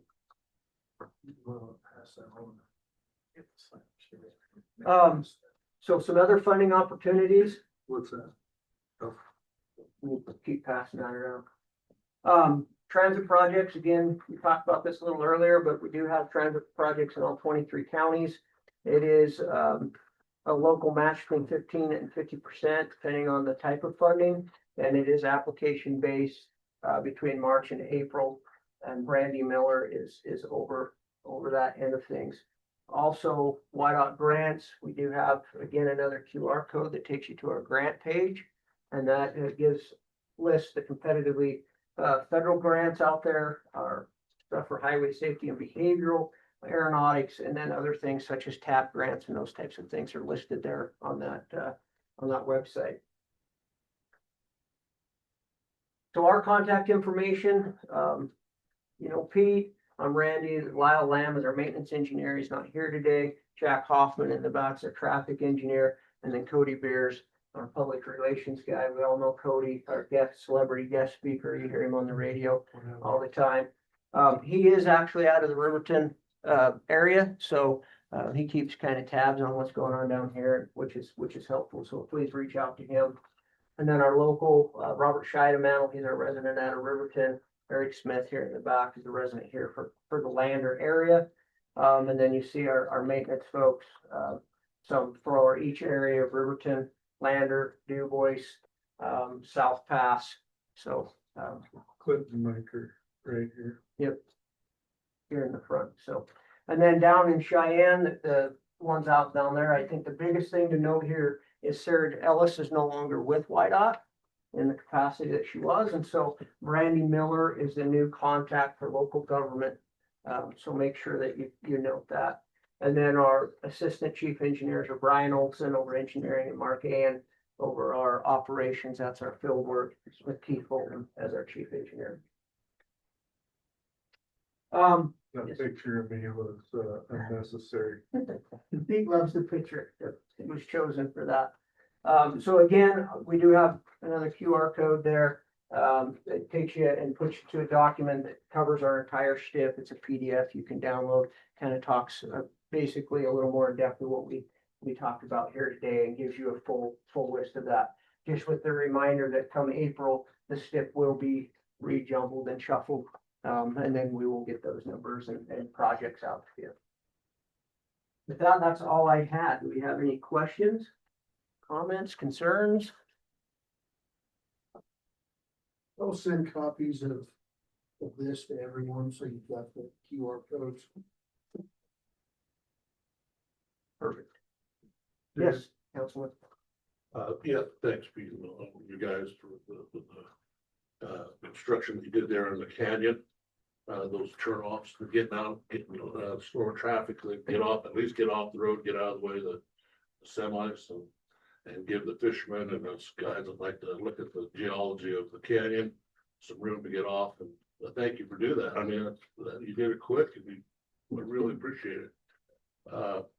The other thing I'd like to ask is if we could get a speed limit in there, in the canyon for the semis, like a 50-mile-an-hour speed limit maximum.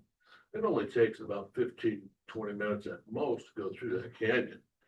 And those guys get a little intimidating at times. They come up and sit on your tin land. And it'd be nice to have them to where they have to slow down in that canyon area. I noticed we lost another one in there this last week. One rolled a load of hay off in the borrow ditch there, I guess, if it one guardrail borrow ditch, whatever you want to call it. But it'd be nice if we could get that slowed down in there just a little bit, and maybe even get some more turnouts paved there. Just the other day, I just was coming by there. There's first time in about 7 years I've seen a mountain sheep in there. Some mountain sheep right next to the road. People were pulling them off. Well, I wanted to look at them. So I appreciate what you did, what you've done there, and you guys did a great job on our highways. I really appreciate all these guys out here. We appreciate your good work through the state. So. Thank you for that. I will say that the turnouts that we have, they are dirt right now, but we have a project coming up, a paving project in the canyon, and our intent is to be able to pave all of those at that time when we have a contractor there. So Great. That'd be really nice to get off and be able to quickly get out of their way, you know. Thank you very much for that. Any other comments? Questions? And well, thank you. We appreciate the opportunity to come in. Oh, yes, please. So are we done with the skip thing then? With the skip? The presentation, Yeah. yeah. We are. So, Mr. Chairman, if you allow me, there's a conversation that I think is warranted with the commissioners and YDOT that I'd like to share with you, if I could just take 30 minutes. So I think commissions,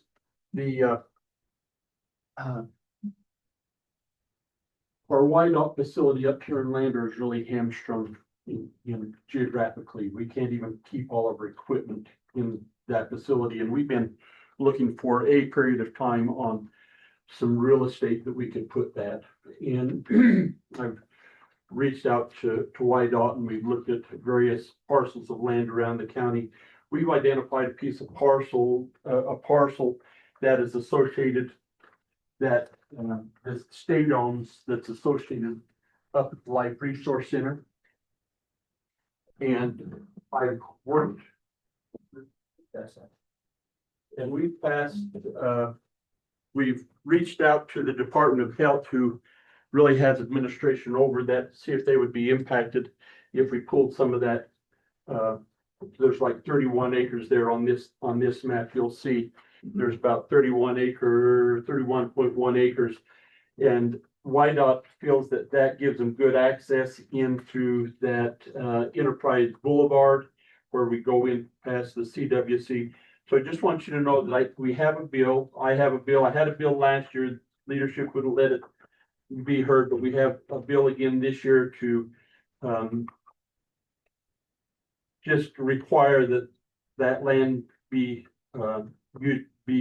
transferred over to YDOT. And so the reason I bring this up is because you county commissioners, as you get ready for the legislative session, kind of do the scorecard on that, on the bills. And so I'd appreciate it if you have any questions, maybe visit with YDOT, see if they feel how necessary they feel that is. But we're trying to solve that problem, and working with the Department of Health, I think we have a good plan to do that. So just wanted to bring that forward and share that with you on what we're trying to get accomplished to solve that problem. Questions? No, I just, I think this one building that's outside of this. The body bag building? Yeah, Yeah, and that's why it's carved out. okay. And then we have, So there's a little storage shed up there, and the county worked on agreement with the Department of Health the county keeps a storage of body bags if there's ever a catastrophic event or what's the other term? The plague comes in, I don't know what they call it. An epidemic, thank you, that they would have access to do that, so that's where those are. Does it, Lloyd, does the bill include anything for the southern portion of that? Or, So the other acreage we'll see there will be transferred to the city of Lander. There's 3 parcels, so sum total of that is 30, 60, 90, 110 acres, 31 to YDOT. And then the rest ties in to a parcel that's owned by the school district in Mike's still here up there in the Dillon subdivision, in Embry is the Dillon subdivision, so then it would include that as well. so I have to walk a fine line not to lobby, but I can tell you that our current situation there in Lander is it's difficult. I think, when was that building built, in the 40s or 50s? 36. So it's lived out its service life, and we've been trying to find a place to put a new shop, and it hasn't been easy. And the acquisition costs of land, especially with the way our budget is, it's really difficult to get capital improvement projects, because our priority has always been the road. So the saying in YDOT is, our priorities start at the center line and work their way out. And our shops are the furthest from the center line. So we haven't been able to invest in that for a long time. But there's structural issues with the building. And also, I think the city of Lander would like to occupy that space. And I think it would be probably more appropriate based on its location, say in either private hand or as a gateway type of situation. And I might add, Mr. Chairman, that the timing is also important, because the city has been working with the Life Resource Center on the sewer system that campus uses and the water system, and they're going to be replacing some of that in generating a water system then that would, and a sewer system then that would accommodate this new facility. There's no sense doing it twice if you can do it once. And so that's another thing that brings this a little bit more on a timely basis. Just thank you. Thank you. How would you have a plan to get the funding to develop this 31.1 acres? Well, acquiring the property would be the first step. To get a $25–30 million capital improvement project in our budget, it's probably not in the cards the way that we're set up right now, but we are trying to work on things that might put us under state facilities. And there's other options that we're looking at. We're not the only district, and this isn't the only site in our district where we have kind of a facilities bubble that's close to popping. The Worland shop has structural issues and is close to falling down. And luckily we were able to purchase the old Bighorn Co-op building. And we're going to renovate that and move our operations into there. So this is our number one priority as far as facilities go. And that would even be on a statewide basis. So you're talking about this facility. It is a really, really busy area right here. It's a main corridor. Would you guys need to put in, because you bring your trucks in and out? A turn lane, A turn lane or a stop area or something? I doubt with the amount of traffic that our maintenance folks generate that we would need to control that intersection. It's currently 30 miles an hour right now, and it's a 5-lane section, which lends itself well to facilitating access. Well, access, but I'm going out, I mean, there's a lot of traffic, a lot of traffic, even at 30. To pull out on the Yeah. highway. Pulling in, yeah. Pulling is no problem. Pulling out Yeah, is, and because you guys are kind of off the path a little bit over here, you got, there's not so much down that other side of the intersection. But that is like a lot, especially. we probably would do a traffic impact study to see if something like I would that think, would be necessary, because we would want to combine driver services and highway patrol at that site. So, I'm not sure where driver services is now in Lander. That's true. The driver services and highway patrol would end up at that location, so it'd be a one-stop shop. Okay. Size of the bullets in this rock, was that size of the building? Pardon me? The building that you're looking at, the size of the building. It would be probably similar to what's in Thermopolis. I think we're kind of reevaluating what we do for shops and trying to make them less expensive per square foot. You know, I think we're looking a lot more at like steel type buildings and that kind of thing that are less expensive to build. But it'd probably be a similar size facility there is what we're looking at. Currently, that's one of our biggest crews. You guys have 10 people on the Lander crew? And how many trucks do we got? So, and you can't fit them all inside right now, right? Yeah, maybe Drivers in there too, driver crew, Yeah, all their stuff. so we have a striping crew in Lander as well as a 10-person maintenance crew. And how big is your crew, Eric? 8. That's one of our bigger engineering crews as well. So, And our lead maintenance, or our mechanic shop. These are major mechanic shops here. For Riverton, Du Bois, Lander, South Pass, it's right here, so. They're down to 3 bays, from 3 little bays, all the mechanics have. our equipment shop is really inadequate for what they have to do. So would that be like an airport hangar type of thing? It wouldn't be that big. It's gotta be big enough. What we like to do now is try and get where you can pull through with the trucks. So and sometimes you can, I think in Rollins, they can stack 2 trucks and pull them through to reduce accidents, like backing a plow out of the garage is not ideal, or backing in. Right. So, we probably need, 5 doors or something like that. It would be pretty big.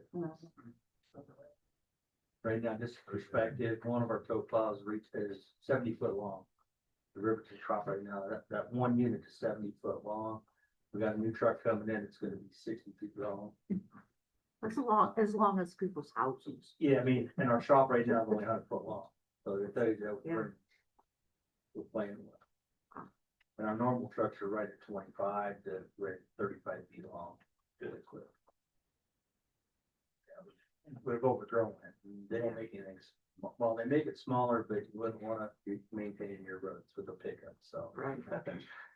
It was built in 1936, so it was designed for stuff we have back then. Right. Well, thank you. Thank you all for having us, for your time and your attention. Looking forward to it every year. I do too. This is one of the things. Thank you. I returned the gavel. I was really tempted to, It's sorry. Yeah. That baby. Good talking to you, boy. I'm looking forward to this meeting every year. Yeah, it is.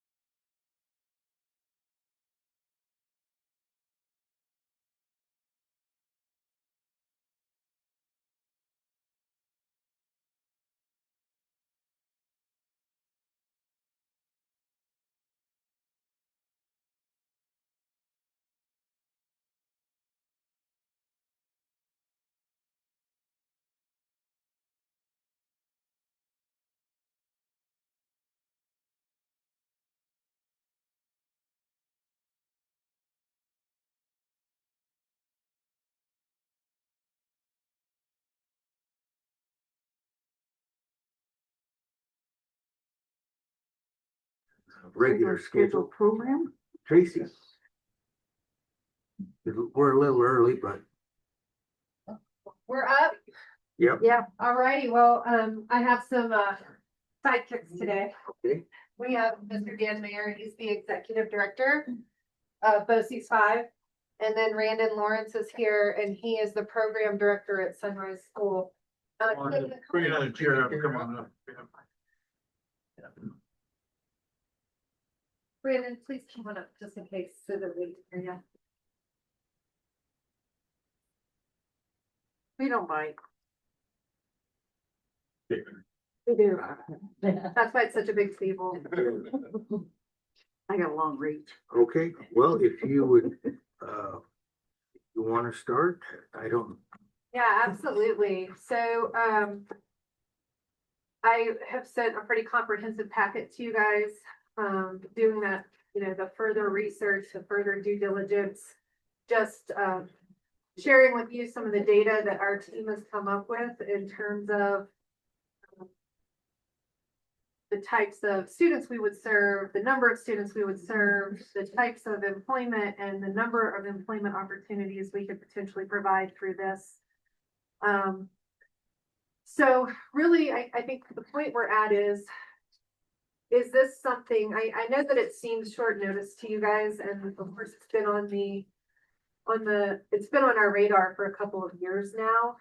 It just happens that this grant funding opportunity was we were made aware of it on December the 11th at this grant training workshop. So Drew Palmer from State Lands and Investor, from the grants management, the state grants management office, they thought that these funds were already allotted, and then they realized that they weren't. And they were like, hey, we know that you have been looking for a certain pot of money just like this. We just found out this $5 million from SLIB is still available. So you should really consider applying for it. And that's when, you know, over that Christmas timeframe when a lot of people are off and, you know, and not working, our team was working on this, and we're working with it with the Department of Education and DFS and some of these, and the Department of Health. So, you know, I recognize the short timeline in terms of the planning for this committee, but I do want you to know that, you know, just remind you, those real decisions in terms of those real business agreements would have to be made on April the 2nd after the grant funding is awarded. So, you know, this is, hey, if everything aligns, we're able to make this happen and pull this off for these kids, great. And we still would have to be awarded for that grant. You know, this is just getting us to that January 30th deadline.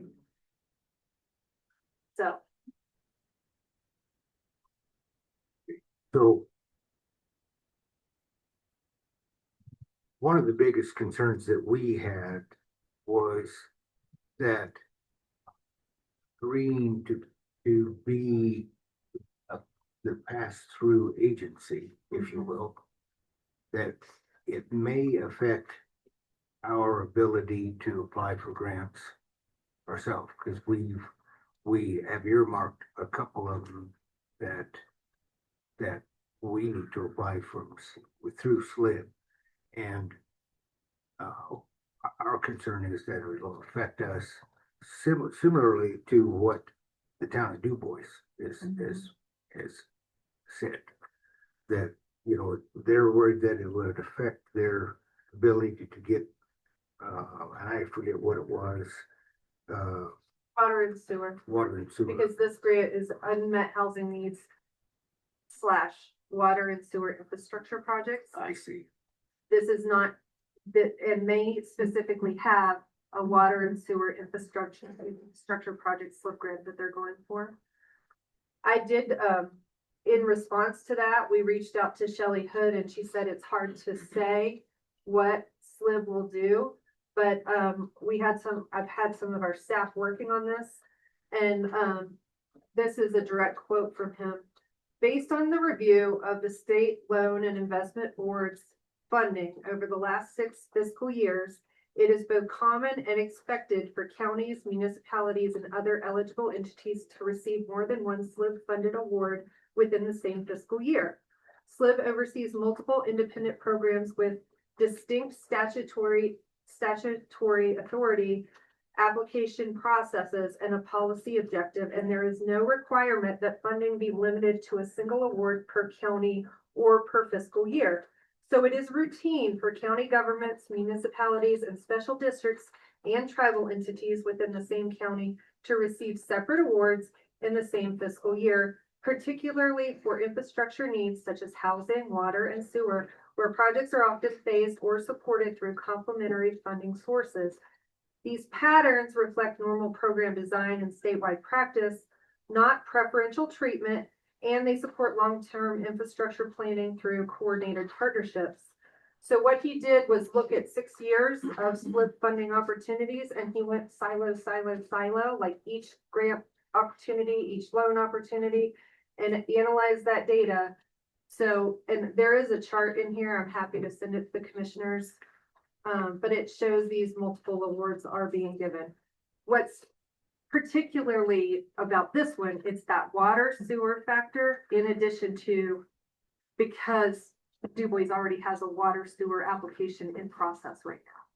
So Tracy, if I'm understanding what you just said there, if this was just for unaccompanied students, there wouldn't be so much of a problem, but because there's water and sewer connected to this grant, that makes it a little bit more messy, because that is one of the projects. I guess that was always my question, if it's so unrelated to some of the other projects. Yep. And this is unaccompanied, And would Dan, that count against a county so just to be clear, it's unmet housing needs. unmet housing? And we are trying to use this pot of funding to address the needs of our unmet.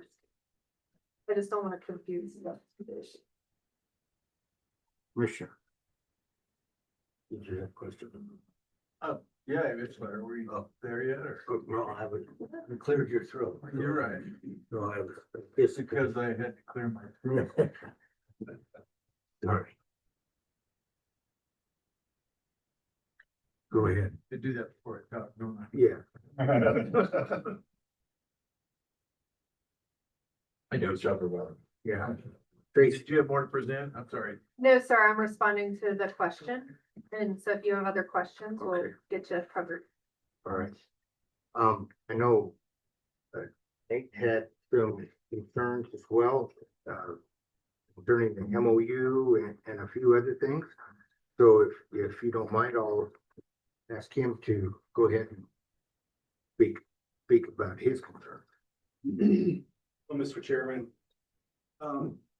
because it's my view at this point, it'd be premature to start working on an MOU, because I don't know what kind of strings the state will put on this money. So that, without knowing that, it's hard to anticipate what needs to be in an agreement between the county and OCS-5. So I think the appropriate time to do a sub-recipient agreement would be at the time the grants awarded, and then we have to better understand what the mutual obligations are gonna be. If that's the direction of the commission chooses.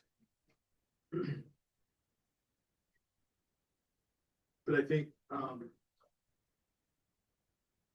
I'm not very familiar with this process, so I think it's just it's good for you all to understand what obligations are on the county, and ultimately, it's my understanding that ownership of the building be with OCS-5. And Jim may have some additional things to bring up as well regarding county oversight of grant funds. Right. Mr. Chairman, if I may, And just to be clear, Jim's the treasurer. yes, I'm Jim Anderson, County Treasurer. So there were just a few things, not specifically about an MOU in place, but knowing that the funding, the total amount of funding was $5 million and this request was $5 million, that's kind of an all or nothing request. So I don't know if that, and I don't know what kind of conversations you might have had with Drew or Shelley to know whether there's gonna be any competition on this grant. So that's, that was one concern. Another thing, that I looked at, with some grant experience that I have is, it looks like the grant is also requesting to cover 100% of the whole project cost, which sometimes can count against you if it doesn't look like you've got any skin in the game, essentially. So those are just a couple things that I thought about. The other thing that I was kind of concerned about with the pass-through grant that we have, and I talked to Tracy about this just a moment ago, was sort of how the cash flow is going to work.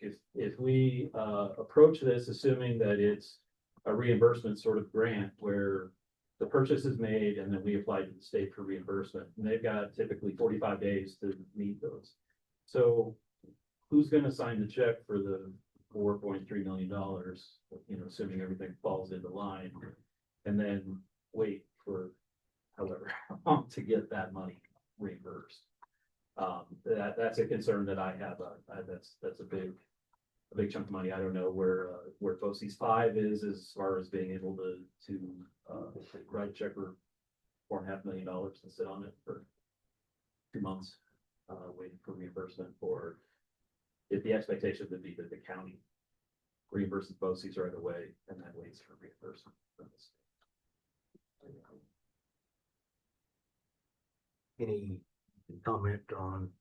Yeah, absolutely. So the state offers within the grant application for the applicant not only to create the estimated budget, but to provide an estimated grant drawdown schedule.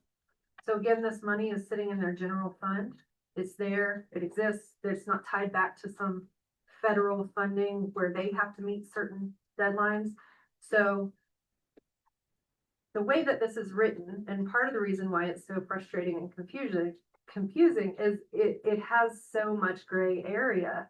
But when you have projects like this, you benefit from being able to take advantage of that gray area. So we would set the drawdown schedule. That's part of the application and the amount. My understanding also is there's no penalty from the state to the grantee if it takes a little bit longer to finish the projects than expected. So that can happen sometimes too, more again at the federal level, where if you don't meet certain deadlines and you can't move those deadlines, maybe you don't get that money. This money is sitting there to be used. So I've taken your concerns into account. I sent an email to Shelley Hood and I'm waiting for her response on that. But in our conversation, the conversation was, we want this money to go to address these unmet housing needs. That's the purpose of it. We need to put it to work. So I think they want to work with us and not punish us for trying to do this thing. In terms of a full ask, yeah, we're asking for the full amount of money to do this project. But then there's this whole other programming side of the project that could not be considered so much as matched funds, but how much is it going to cost us to put up running this program for these students? It's a significant amount of money, and we can outline that on the grant. We can outline that in the grant narrative. I would encourage you to do that. I'm not saying. Oh, happy I'm to. trying do- That's why that got sent to you, like getting your feedback on that. That's super important. My board will have the same question, right? Their question is gonna be, we have the grant, we bought the facility outlet. Are we gonna pay the utilities? How are we gonna make sure that this facility is gonna have a funding stream? We don't have just large amounts of money to be able to do that. We want to be able to provide that. Brandon does.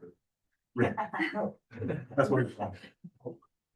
But I think, so we want to be able to make sure those funding streams, and that's simultaneously what we've been working with the Department of Ed and Department of Family Service and Department of Health for this population that we've identified, right? Are there mechanisms that we can do to be able to help them be able to support that facility through our funding mechanism? And that, I agree with Tracy, that would be our support.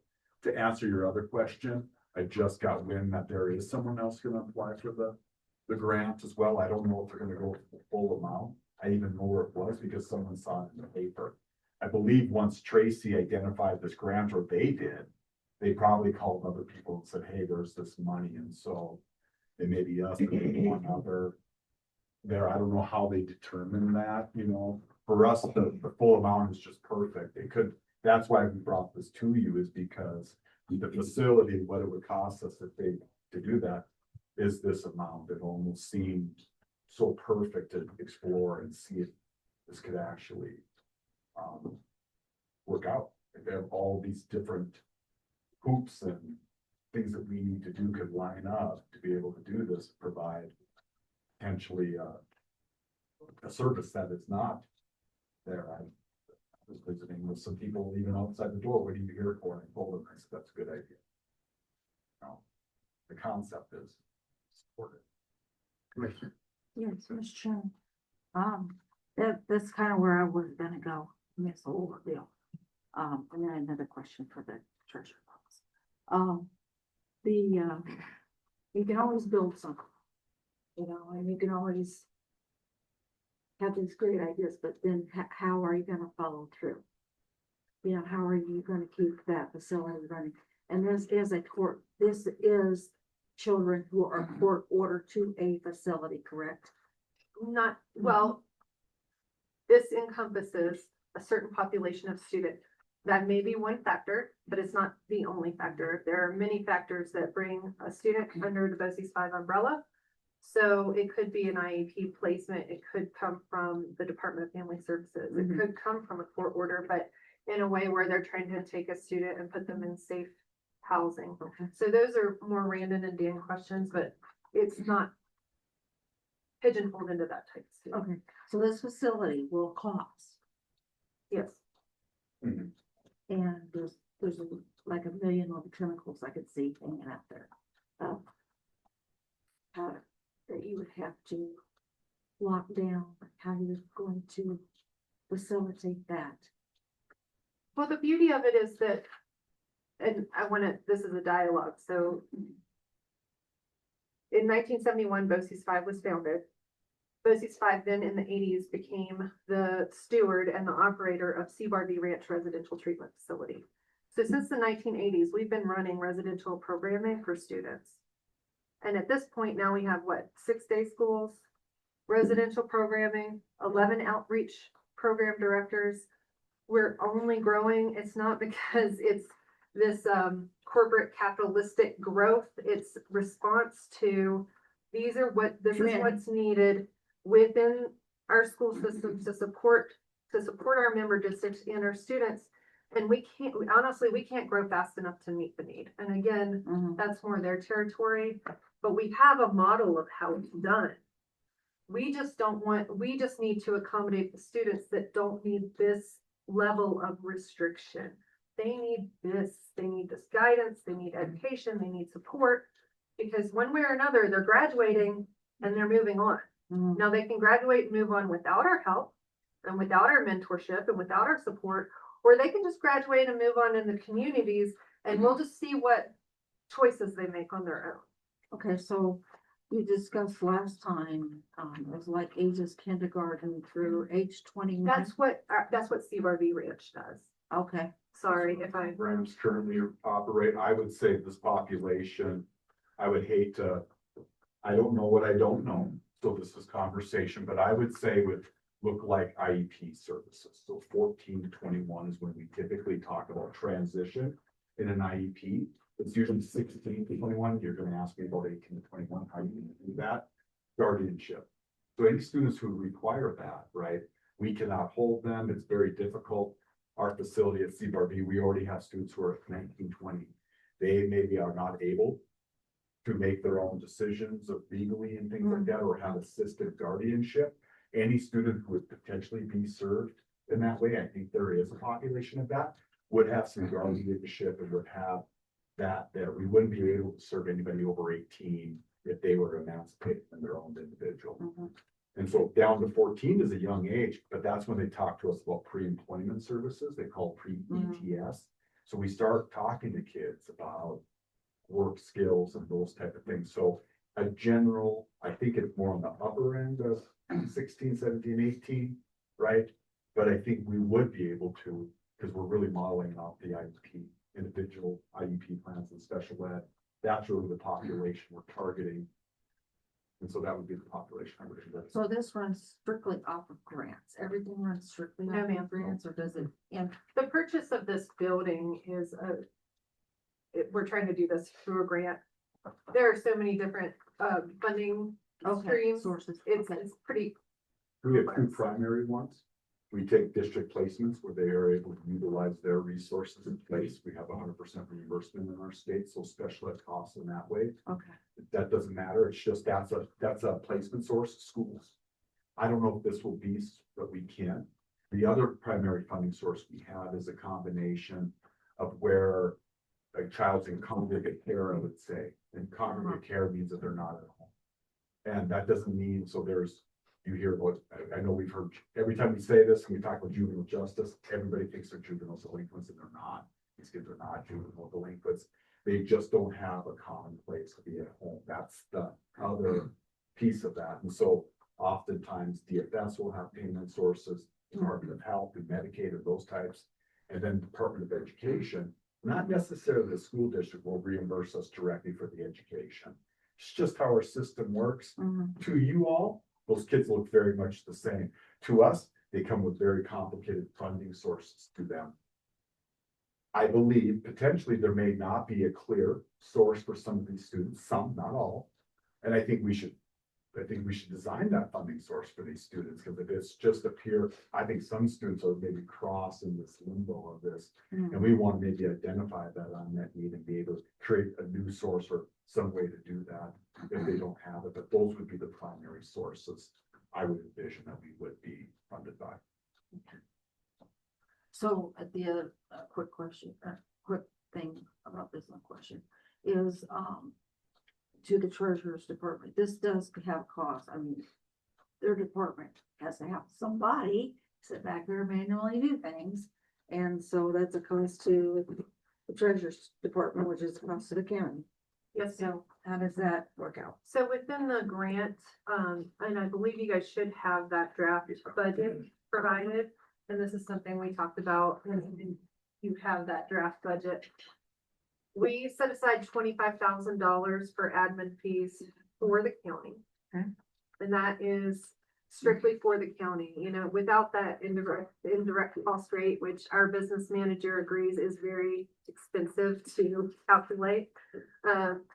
This is the concept, and you know, it's a little bit of an overshot, but we want to make sure that we provided that cushion. So it's $10,000 per year. So we're thinking 2.5 years by the time we're completely done with renovations, etc., associated with this grant. So that would be $10,000 a year, and then $5,000 for that half year. That's the plan. We'd love to see it operating sooner than that, so we could still potentially do some of the renos and construction within the building and be operating, but that is a generous timetable for the drawdown of that, and that's just the $25,000 of admin fees for the county. Okay. So I'll just say that construction is like 2 to 3 years out on housing alone. So we gotta keep that in mind, and Du Bois, because it's.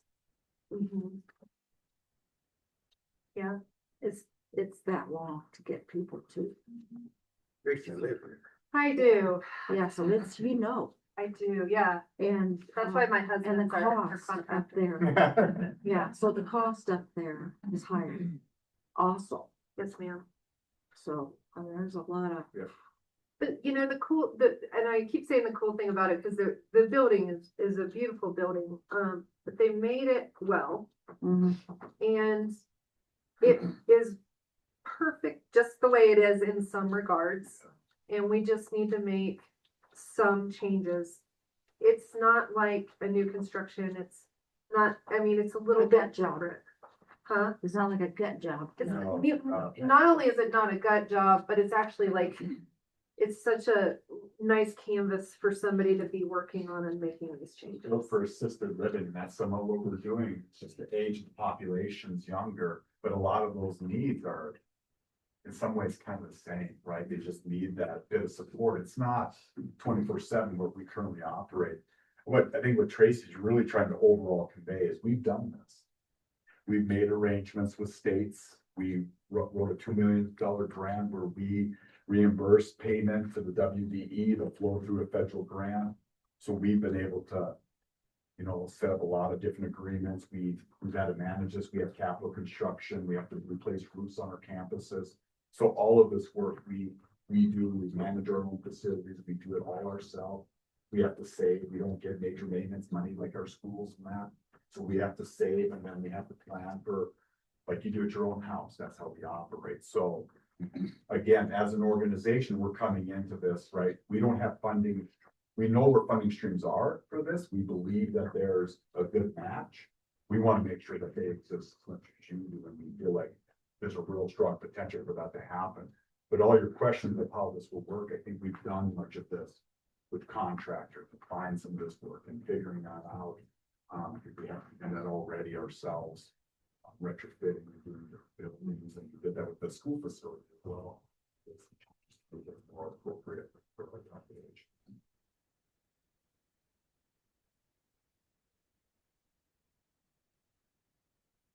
Questions, Commissioner?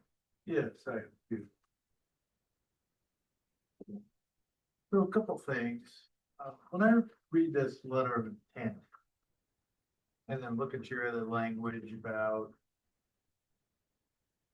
the potential award from the state, to me that does, and I know you put in there that it's non-binding, but it does, to me, when I read it, it implies obligation. Which, I'll be honest, just, you know, you talked about the time frame that we're on here. We're trying to digest this within a couple of weeks, and that makes me nervous. When we get pushed into a box, it's real easy to make mistakes. So I have some fairly decent caution about that. Question for you, what happens if you're only partially funded? That is a great question, and it will depend on what that amount of money looks like. So do we have a certain amount of money? Yes. Do we know what partially funded looks like in terms of this $5 million opportunity? No. So we're gonna have to answer that question depending on what that amount would be. So you have capital funds now. There are capital funds, yes. Okay.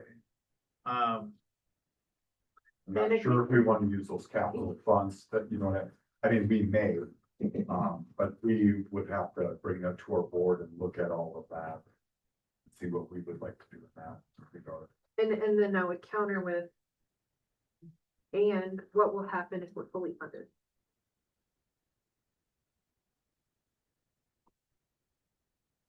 That would be great.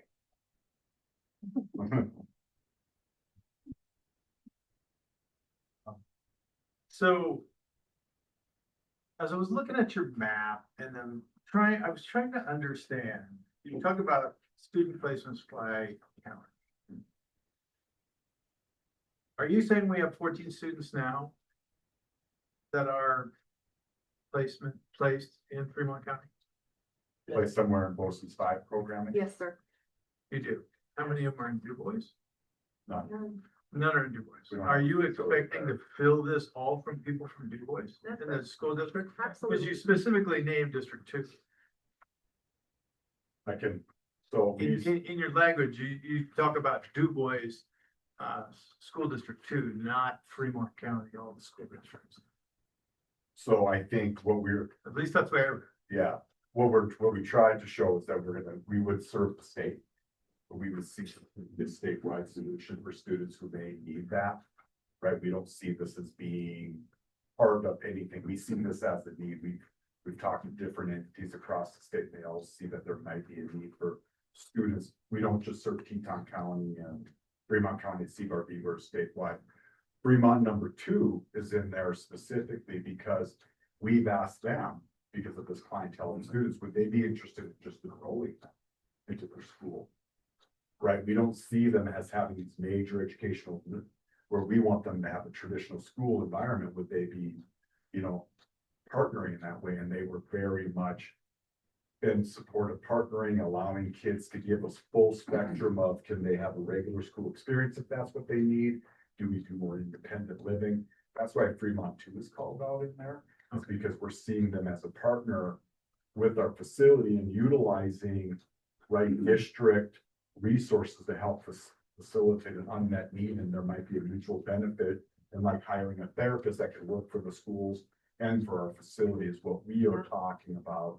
But it would serve the state. We would say kids with this population who may have this need, who meet this definition, like we already do, we have a profile for the CBRD kid, it would have a profile.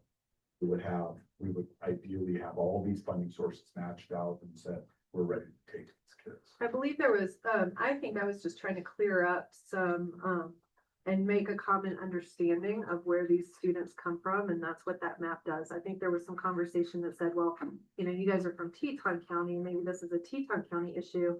I just want to show you guys, we're accepting these kiddos from all over the state, and right now Fremont County is our majority enrollment of the students are from Fremont County. Okay, and we've got like roughly 4% from. Well, I from wouldn't say Teton. that. I wouldn't say the majority are from that. I'd say you've got 20%. That is. You don't have a majority. in terms You of have the just- highest number, but you don't have the majority. Yeah. Fremont County, the county. You know, but you're saying, I thought you just said that the majority of the students in the state came from Fremont County, and that's not what you're. It's just one of the largest percent. I mean, larger percent. In our, That's that. Yeah, go ahead. If you don't mind, I'd like to just address something real quick. So, I'm Brandon Lawrence and I'm the program director for Sunrise School, which is in Hudson. And I deal with all, of Fremont County school districts in the way of the special education students who come to my building for behavior needs. So we're a therapeutic day school. And so when we talk about students like this, that are, I would say, kind of in limbo, just this last week, I had 4 phone calls from the Department of Family Services looking for a place just like this. And in my previous life, before I came here, I was the special education director for Mountain View down in the Bridger Valley. And I was also the homeless liaison. And so I worked with the homeless liaisons throughout the entire state. And I can tell you, just in Fremont County alone, if this was opened up, you would probably have anywhere between 12 to 20 immediate people looking at this as an opportunity. And I still work with all these directors here. And so it is a wonderful opportunity. The need is great. And as you move into the bigger cities, the need's even greater, which is astonishing. I mean, when you look at Cheyenne, you look at Casper, these people, those big districts have huge need of this type of a facility for students who are homeless. So, and unfortunately, they're homeless for a myriad of reasons. Horrible accidents in the family to whatever it might be. So, are you expecting then to be at full capacity once you get up and running for a year or so? It would be, I think it could be pretty fast. I think that we'd have to control those floodgates. yeah, I do too. Okay. I do too. I think we're sending kids out of state for different things, right? We're always looking for different options, the right fits. So we anticipate that that's our guess, that we feel like we would be filled pretty soon after we would start, or we would have population students. But the beautiful thing about us, some of our day schools have 4 kids, and we're able to manage a budget based upon that, build a funding structure and make it work. So when you talk about a certain census, we've been able to make up to 30 kids in a residential program down to 2-3 numbers, right? I think this one's gonna have a larger number, but we build budgets based upon that and then build staffing around it. And then create our fees, and that's how we build those budgets. So it's very. It's not a new Nuanced. concept, it's just that Wyoming isn't doing it right, you know, right now. They're not addressing this. I still need education, but I still need support and I need a safe home. That is the complex And to situation. me, I was just saying this, I think I was saying this to you this morning.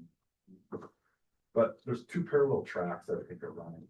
And we have group homes, crisis shelters, right? You know all of that through your community services. And many of our IEP students will navigate in that system. And when those needs become too much, that's when BOCES 5 comes in. That's what CBRD is. That's all we serve. I don't know if there's really a group home for IEP students.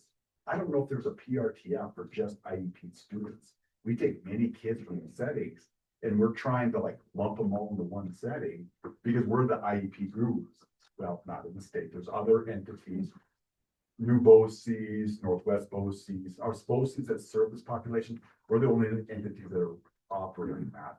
I personally see that we have some gaps in services for IEP students, because sometimes they have a little bit more needs, not talking behavior, just their services and stuff like that, that can be a bit more, and I think that's the real clientele we're looking for, is to take that program that you see that we have built out in the state, but is it thought out in that way for IEP kids?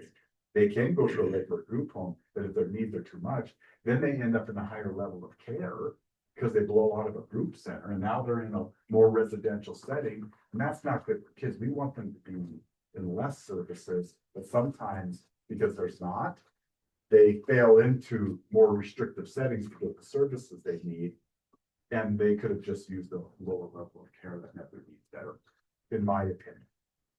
So, which agencies, when you're presenting before SLID, which agencies are going to be standing in there in support of this program? Well, we know that if we make this application to the SLID board, because they told us directly that the head of DFS, Corey Schmidt, Stephen Johansson, head of Department of Health, the SLID board is going to go right to those two individuals and say, is this going to go? And so we're working very closely to make sure we have that so they can give an affirmative, because if they say they're not going to pull this off, we don't believe that SLID grant's going to be awarded. But no one has said no. We've met with all of those agencies, plus the Department of Ed, plus district, and people are saying, you're on to something. Help us identify the status so we can really get it nailed down. And that's the struggle, because we feel like we may not have the data. That doesn't mean that they're not there. We may not be counting it right, or something to that effect. Well, all of those organizations are working on getting the data and Yeah. not just guessing, like they're literally combing the numbers right now as a part of the data requests from us. One of the numbers that WDE provided to us is in terms of what WDE is paying for out-of-state placements. Now, we cannot just jump in and meet all the needs of what the students that are placed out of state need right now, but we could meet some of their needs. But right now, we're paying 2.8 million. That's from 2003 to present. Wyoming paying $2.8 million to place these students out of state. Per year. No, it's that's a combined of those, no. Well, that's the WDE fund, that was from their chart. So anyway, they're paying this money and that could be kept, some of that could be kept in the state of Wyoming. And some of those, I'll show you the chart. No, it's okay. I just. Right. We know we work in this. I worked in one district that I myself alone had $1 million out. So Yeah. that was just one district. So I don't know what pocket we're PRTF, talking. those are the PRTF numbers. That's PRTF and we're not a PRTF. What I've seen in residential costs across what they call the 401, the special reimbursement, I've seen from 10 to like 12 million per year. The reason I know that is because costs of special ed went high and they're saying it's our out of district placements are so high with those BOCES costs. Our costs were flat. It was other costs that were raising that up in special ed, but I think because we have such a high ticket number because of the intensity of our services and we serve them 365 days a year, 24/7, that comes with a high price tag when you have some pretty needy developmental delays. And so, So the point of the data request though was if we could move some of the students that are within CRV range that maybe need this lesser support, if we could move them over to a place like this, we could make room at CRV for some of those students that are currently being placed out of state. We could bring them back to our own residential treatment facility and treat them there. when we say that because we feel like we take some of the hardest kids right now in our state. When they fail out of every other system, we're usually the last stop, and when we're not successful, because we've historically taken some of the hardest, kids, they usually go out of there. So we're remedying that because our objective is to serve all of our, in our BOCES system across the state, to serve all of our students and not send anybody out of state. That'll be hard. But I think it would be a good objective to try to create that and be able to serve our own. much as we can keep the resources in the state. Commissioner. Yes, Mr. Chairman. So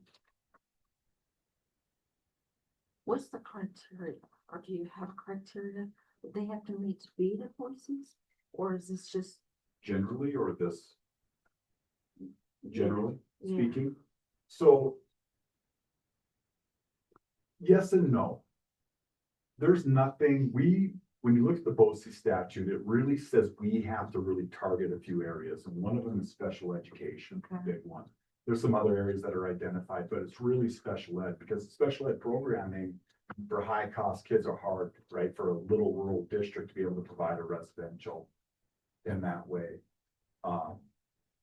this is like CES stuff, maybe? Let's see, tell me what that. CES is, Community community services. services. It's, Not for handicapped kids. See, yes, mainly handicapped. right. Is it, have you guys, is it kind of like that, or is it just special ed's needs that's It not? can be. We handicapped? do have students who have waiver and we transition them out of that program into that. So if that's what you're referring to, yes. You know, yes and no, that can be. Not all students require that. So when you're talking about a population generally, about BOCES, so we target populations of special ed and try to. And what we talk about is a least restricted environment. You know, kids get educated in the system, but when they're not successful in school, where do they go? Mhm. We try to keep kids as close as they can. For randomness of day school, so when kids are not being successful, they have that and they continue up. We've talked about serving at-risk kids. Basically, there's not a real good funding source for it. Mhm. You know, the state has to pay that, and do we have at-risk funding that can go to servicing us? We have clear funding mechanisms because of our universal system in the state. Our objective is to be able to serve that continuum of services so kids can get met along that continuum of education from being included in the school all the way to being served into a facility and everything in between. So one of my questions is, so Warren Valley Lodge is bankrupt. It broke. You can't get I mean, and I don't see or hear of anybody beating their door down to purchase this property.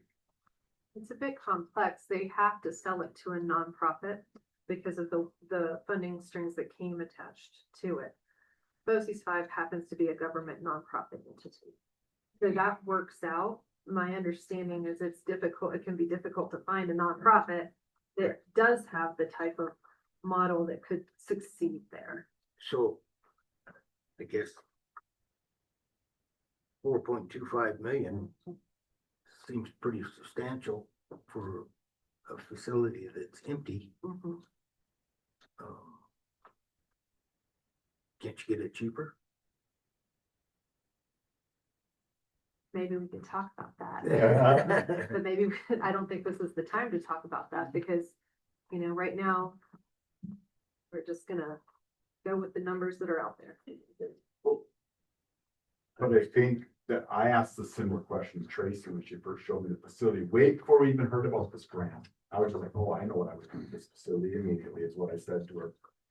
And I was asking a lot of those, I think, similar questions about, I lost my train of thought here. Oh, your question to,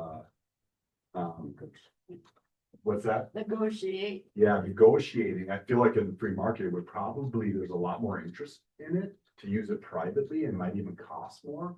But because what we understood is the strings make it very limited. And if things don't, they will have to figure out what they're gonna do because I think the strings are making it difficult. Again, that's one of those opportunities that came to us. It might be a string or a real barrier. For us, that really allowed us to have a very beautiful facility for a reasonable cost, the way we see it, with very limited retrofit. We're a nonprofit. We have services that we think we can pull off in the community. Those other things, that's why we are coming to you. We feel like there's so many things that just seem to fit that we wanted to pursue it. The part we don't like just as much as you is the time frame.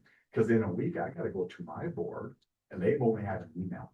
And I'm asking them to take a bit of a leap of faith with us until we get more information, because I like how you said that. There's just some things in the MOU, we don't even know what they're gonna ask us to do. And we, as an organization, we say, we don't want to be part of that.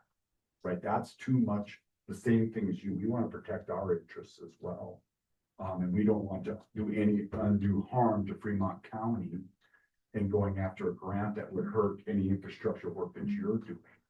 Right? But we feel like if these grants in this perfect situation could be matched, and we can create a service that is not, that is needed, but maybe hasn't been identified, we feel like we're getting a win. But again, a lot of things have to work out together. And a lot of things after the 28th or the grant application have to be perfect for, I think, for you or us to say, I think this would be a good thing. Tracy always said to me, how she presented this opportunity to me as executive director going to my board, we have a lot of places we can say, no, I can't control the deadline of the grant. And it's an opportunity that's coming in that we thought no one else was going to potentially go after. And I don't even know if we'll get, if we can make that great of an application, because there are states we're going to say, but can this fly? And if I think they don't feel like it and they're working with us, I don't think they're going to award us the grant. But, and that, the proof will be in the pudding, right? Like, come the grant, when the board looks at it and they make their decision based on all of the information we provide to them. You know, if they decide to award the grant, we're saying on the application, we're going for that full amount. We're not we're not gonna go halfway. We're saying we're going for that full amount, and that's, you know, and Fremont County is gonna put in a heck of an application. So, and it's, you know, to say it's progressive, like you're progressively addressing a real need. And I mean, I get a little bit worked up about it because I really love these kids. I mean, we all really love these kids. I think that the Du Bois community can love these kids. But what I also think is important for the Du Bois community, not only the partnerships in terms of services, we talk about jobs with benefits. Sometimes you have people that can move to Du Bois and their partner has a good job, but then there aren't other jobs for their counterpart to have.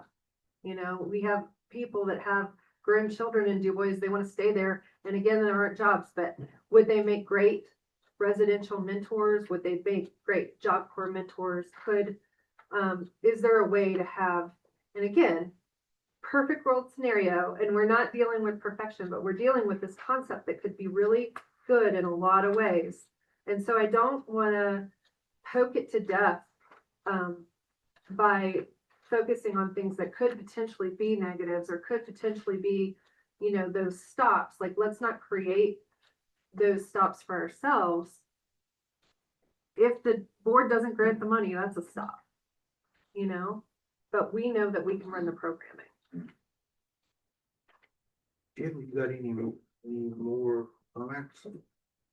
No, I think this part of the conversation did sort of address one of the questions I had, was sort of like, why Du Bois? Is there something, are there concerns that Du Bois doesn't have the infrastructure needed to provide the services, you know, whether it's skilled staffing, therapists, things like that. And I mean, I was looking a little bit at the CBRV off of your website, and you know, you have the proximity of Jackson, and you know, for medical care and things like that. So I mean, it sounds like it's the building is what's making Du Bois the ideal spot. If you had a clean slate, is Du Bois where you would pick? Potentially, I think because of the relationship with CBRV and the campus, right, in the small community. We have other facilities that we own. And we felt like the amount of grant and what that would be may not be. We do believe that once we get this going, that we may have other communities that would want to explore this. So we can serve more of the community kids, their community kids in their communities. Sweetwater County was an area we were thinking about. If anybody, we didn't talk to them about that, but I think they would have had some interest. We were going to go to Sweetwater and talk to them about another facility we had, but it didn't fit as well. And we believe, we have some belief that this idea could grow into maybe other areas, and we could find other spaces that are available. That's what we've really done. Mothballed school facilities, buildings we've repurposed, we've revitalized, right? And give them a new purpose with a new direction for them. And I think that's also what excites us, is that we have a beautiful property that is not being used. And if we could, and it was fully staffed, that's when I asked the same question you did to Tracy, it was fully staffed. So when there were good jobs, we paid benefits, we had Wyoming retirement, we're part of the Wyoming system. So they can get in there, and I think it giving good jobs to people when they part of the Wyoming system that we all are. And I think we feel like that's a win, instead of sending a kid out of state potentially, and those resources going to that state. And within Du Bois, it being a small community, there is some benefit to that, you know, in terms of relationships, in terms of, I met with Kiwanis this morning, and we're very positive. And I said, listen, we don't need your money. We need that same level of love that they bring into our K-12 school when they come and they do programming for them there. And they're all, you know, that is what they do, and that's what they're about. We need that same care, that same love, that same community commitment that they already provide to these other students, showered on this population of kids. But Fremont County School District 2, I mentioned them because you don't go do a project like this without talking to that local school district. And we met and we present again to them this evening, just in terms of what shared services could we potentially benefit from working together. Is that an in-person speech pathology, in-person vocational rehabilitation, services? Kids need services. So the Chamber of Commerce director was at the town council meeting. She wrote a letter to you guys, just representing the businesses and how potentially these students could be a good fit for some of these businesses. So on a communal level, there's always going to be some pushback where it's like, not in my backyard. I don't want this right here in my backyard, but some people do. And they understand the value of having the jobs and the value of having the services. Sure. Yes. And who owns that property to Warm Valley Lodge? Whose name's on it? You got a name on that? The Lamb family currently owns it. That would Who be does? Lamb, L-A-M-B. Lamb, L-A-M-B. Oh, Lamb, okay. Mhm. They own it. They do own it. I'm not sure how this all played out in terms of the history of how it got done. And you want to start a boat seas similar to the one that's in Thermopolis, is that correct? Like the boat seas that's over there? No, sir. I Is don't- that different? Of course, that was more handicapped kids over there than what you're gonna do. Similar, older. I would say it's Similar, similar, they're 5 to 12 years of age. We're pretty much taking the 14, 18, if appropriate, to 21. So very similar, but we're getting independent living. We're trying to get them out to the community and work jobs. I would say similar, just older. Okay. And your proposal to them is you're gonna buy this thing, this Warm Valley building for $4 million? 4.5. 4.5. Nathan, do you have any other questions? No. Mr. Chairman.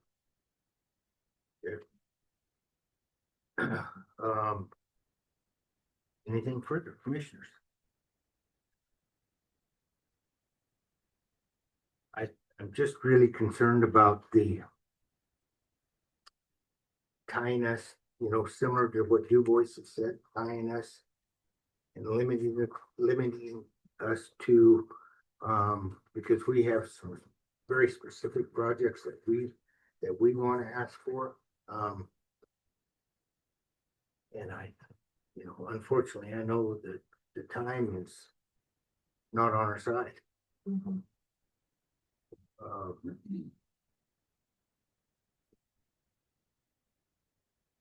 Do we have a motion?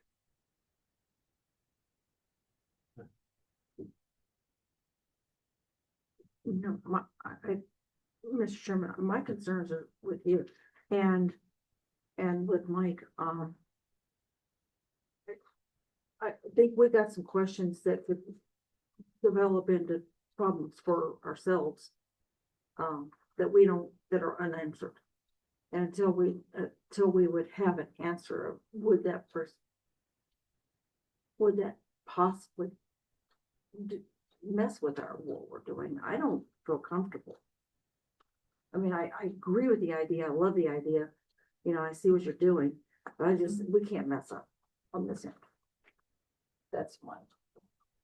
Let me, May I ask a question? yes, Is there a mechanism by which we could still move forward and try to get those answers for you, knowing that you don't have another scheduled meeting before the grant award date?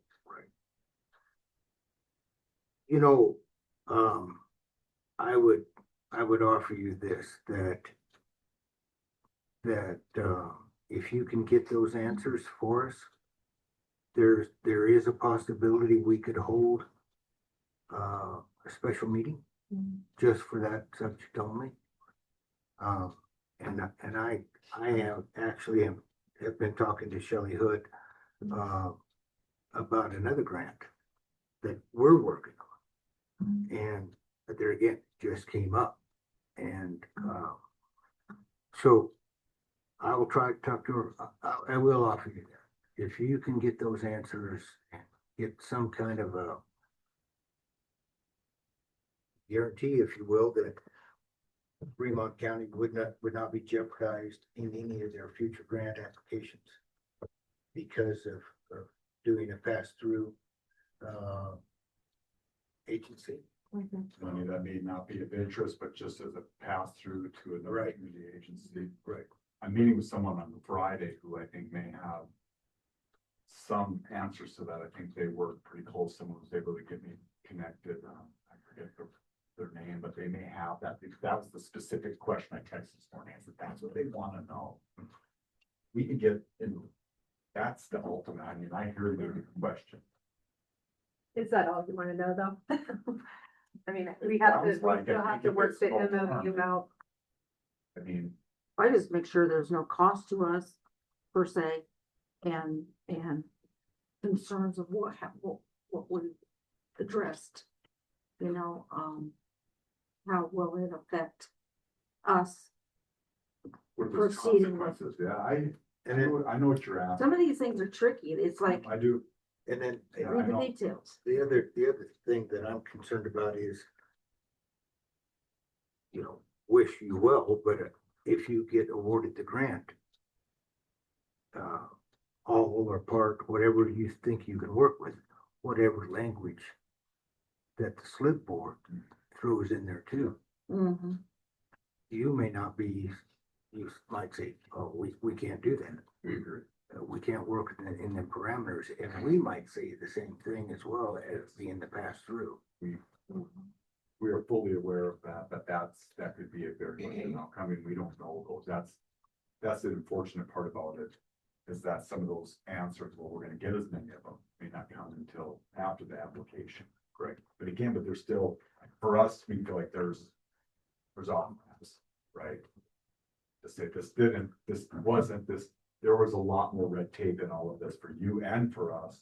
You know, maybe it's not best at this time for us to entertain that. I think we're aware of that. I think we're fully. Well, we just want to be able to put the brakes on. Yeah. And say, no. Well, on the bright side, April 2nd would be, which I don't know if that feels like a lot of time to you, or if that feels like a short amount of time in your schedule. Yeah.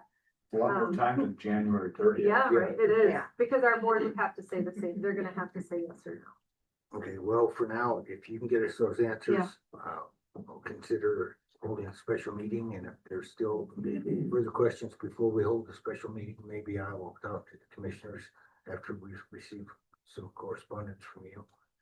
And if they don't want to pursue it, I'll let you know that. Thank you. Mr. Chairman, quick question. How much funding are you gonna receive from any of the schools, juvenile justice systems, or anything like that? It would be a fee for service type of model. So we would say we have this service that's available if you're gonna place it with a fee. So districts will know. And that's how we typically do all of our services. It's a fee for service. We build fees based upon all of that.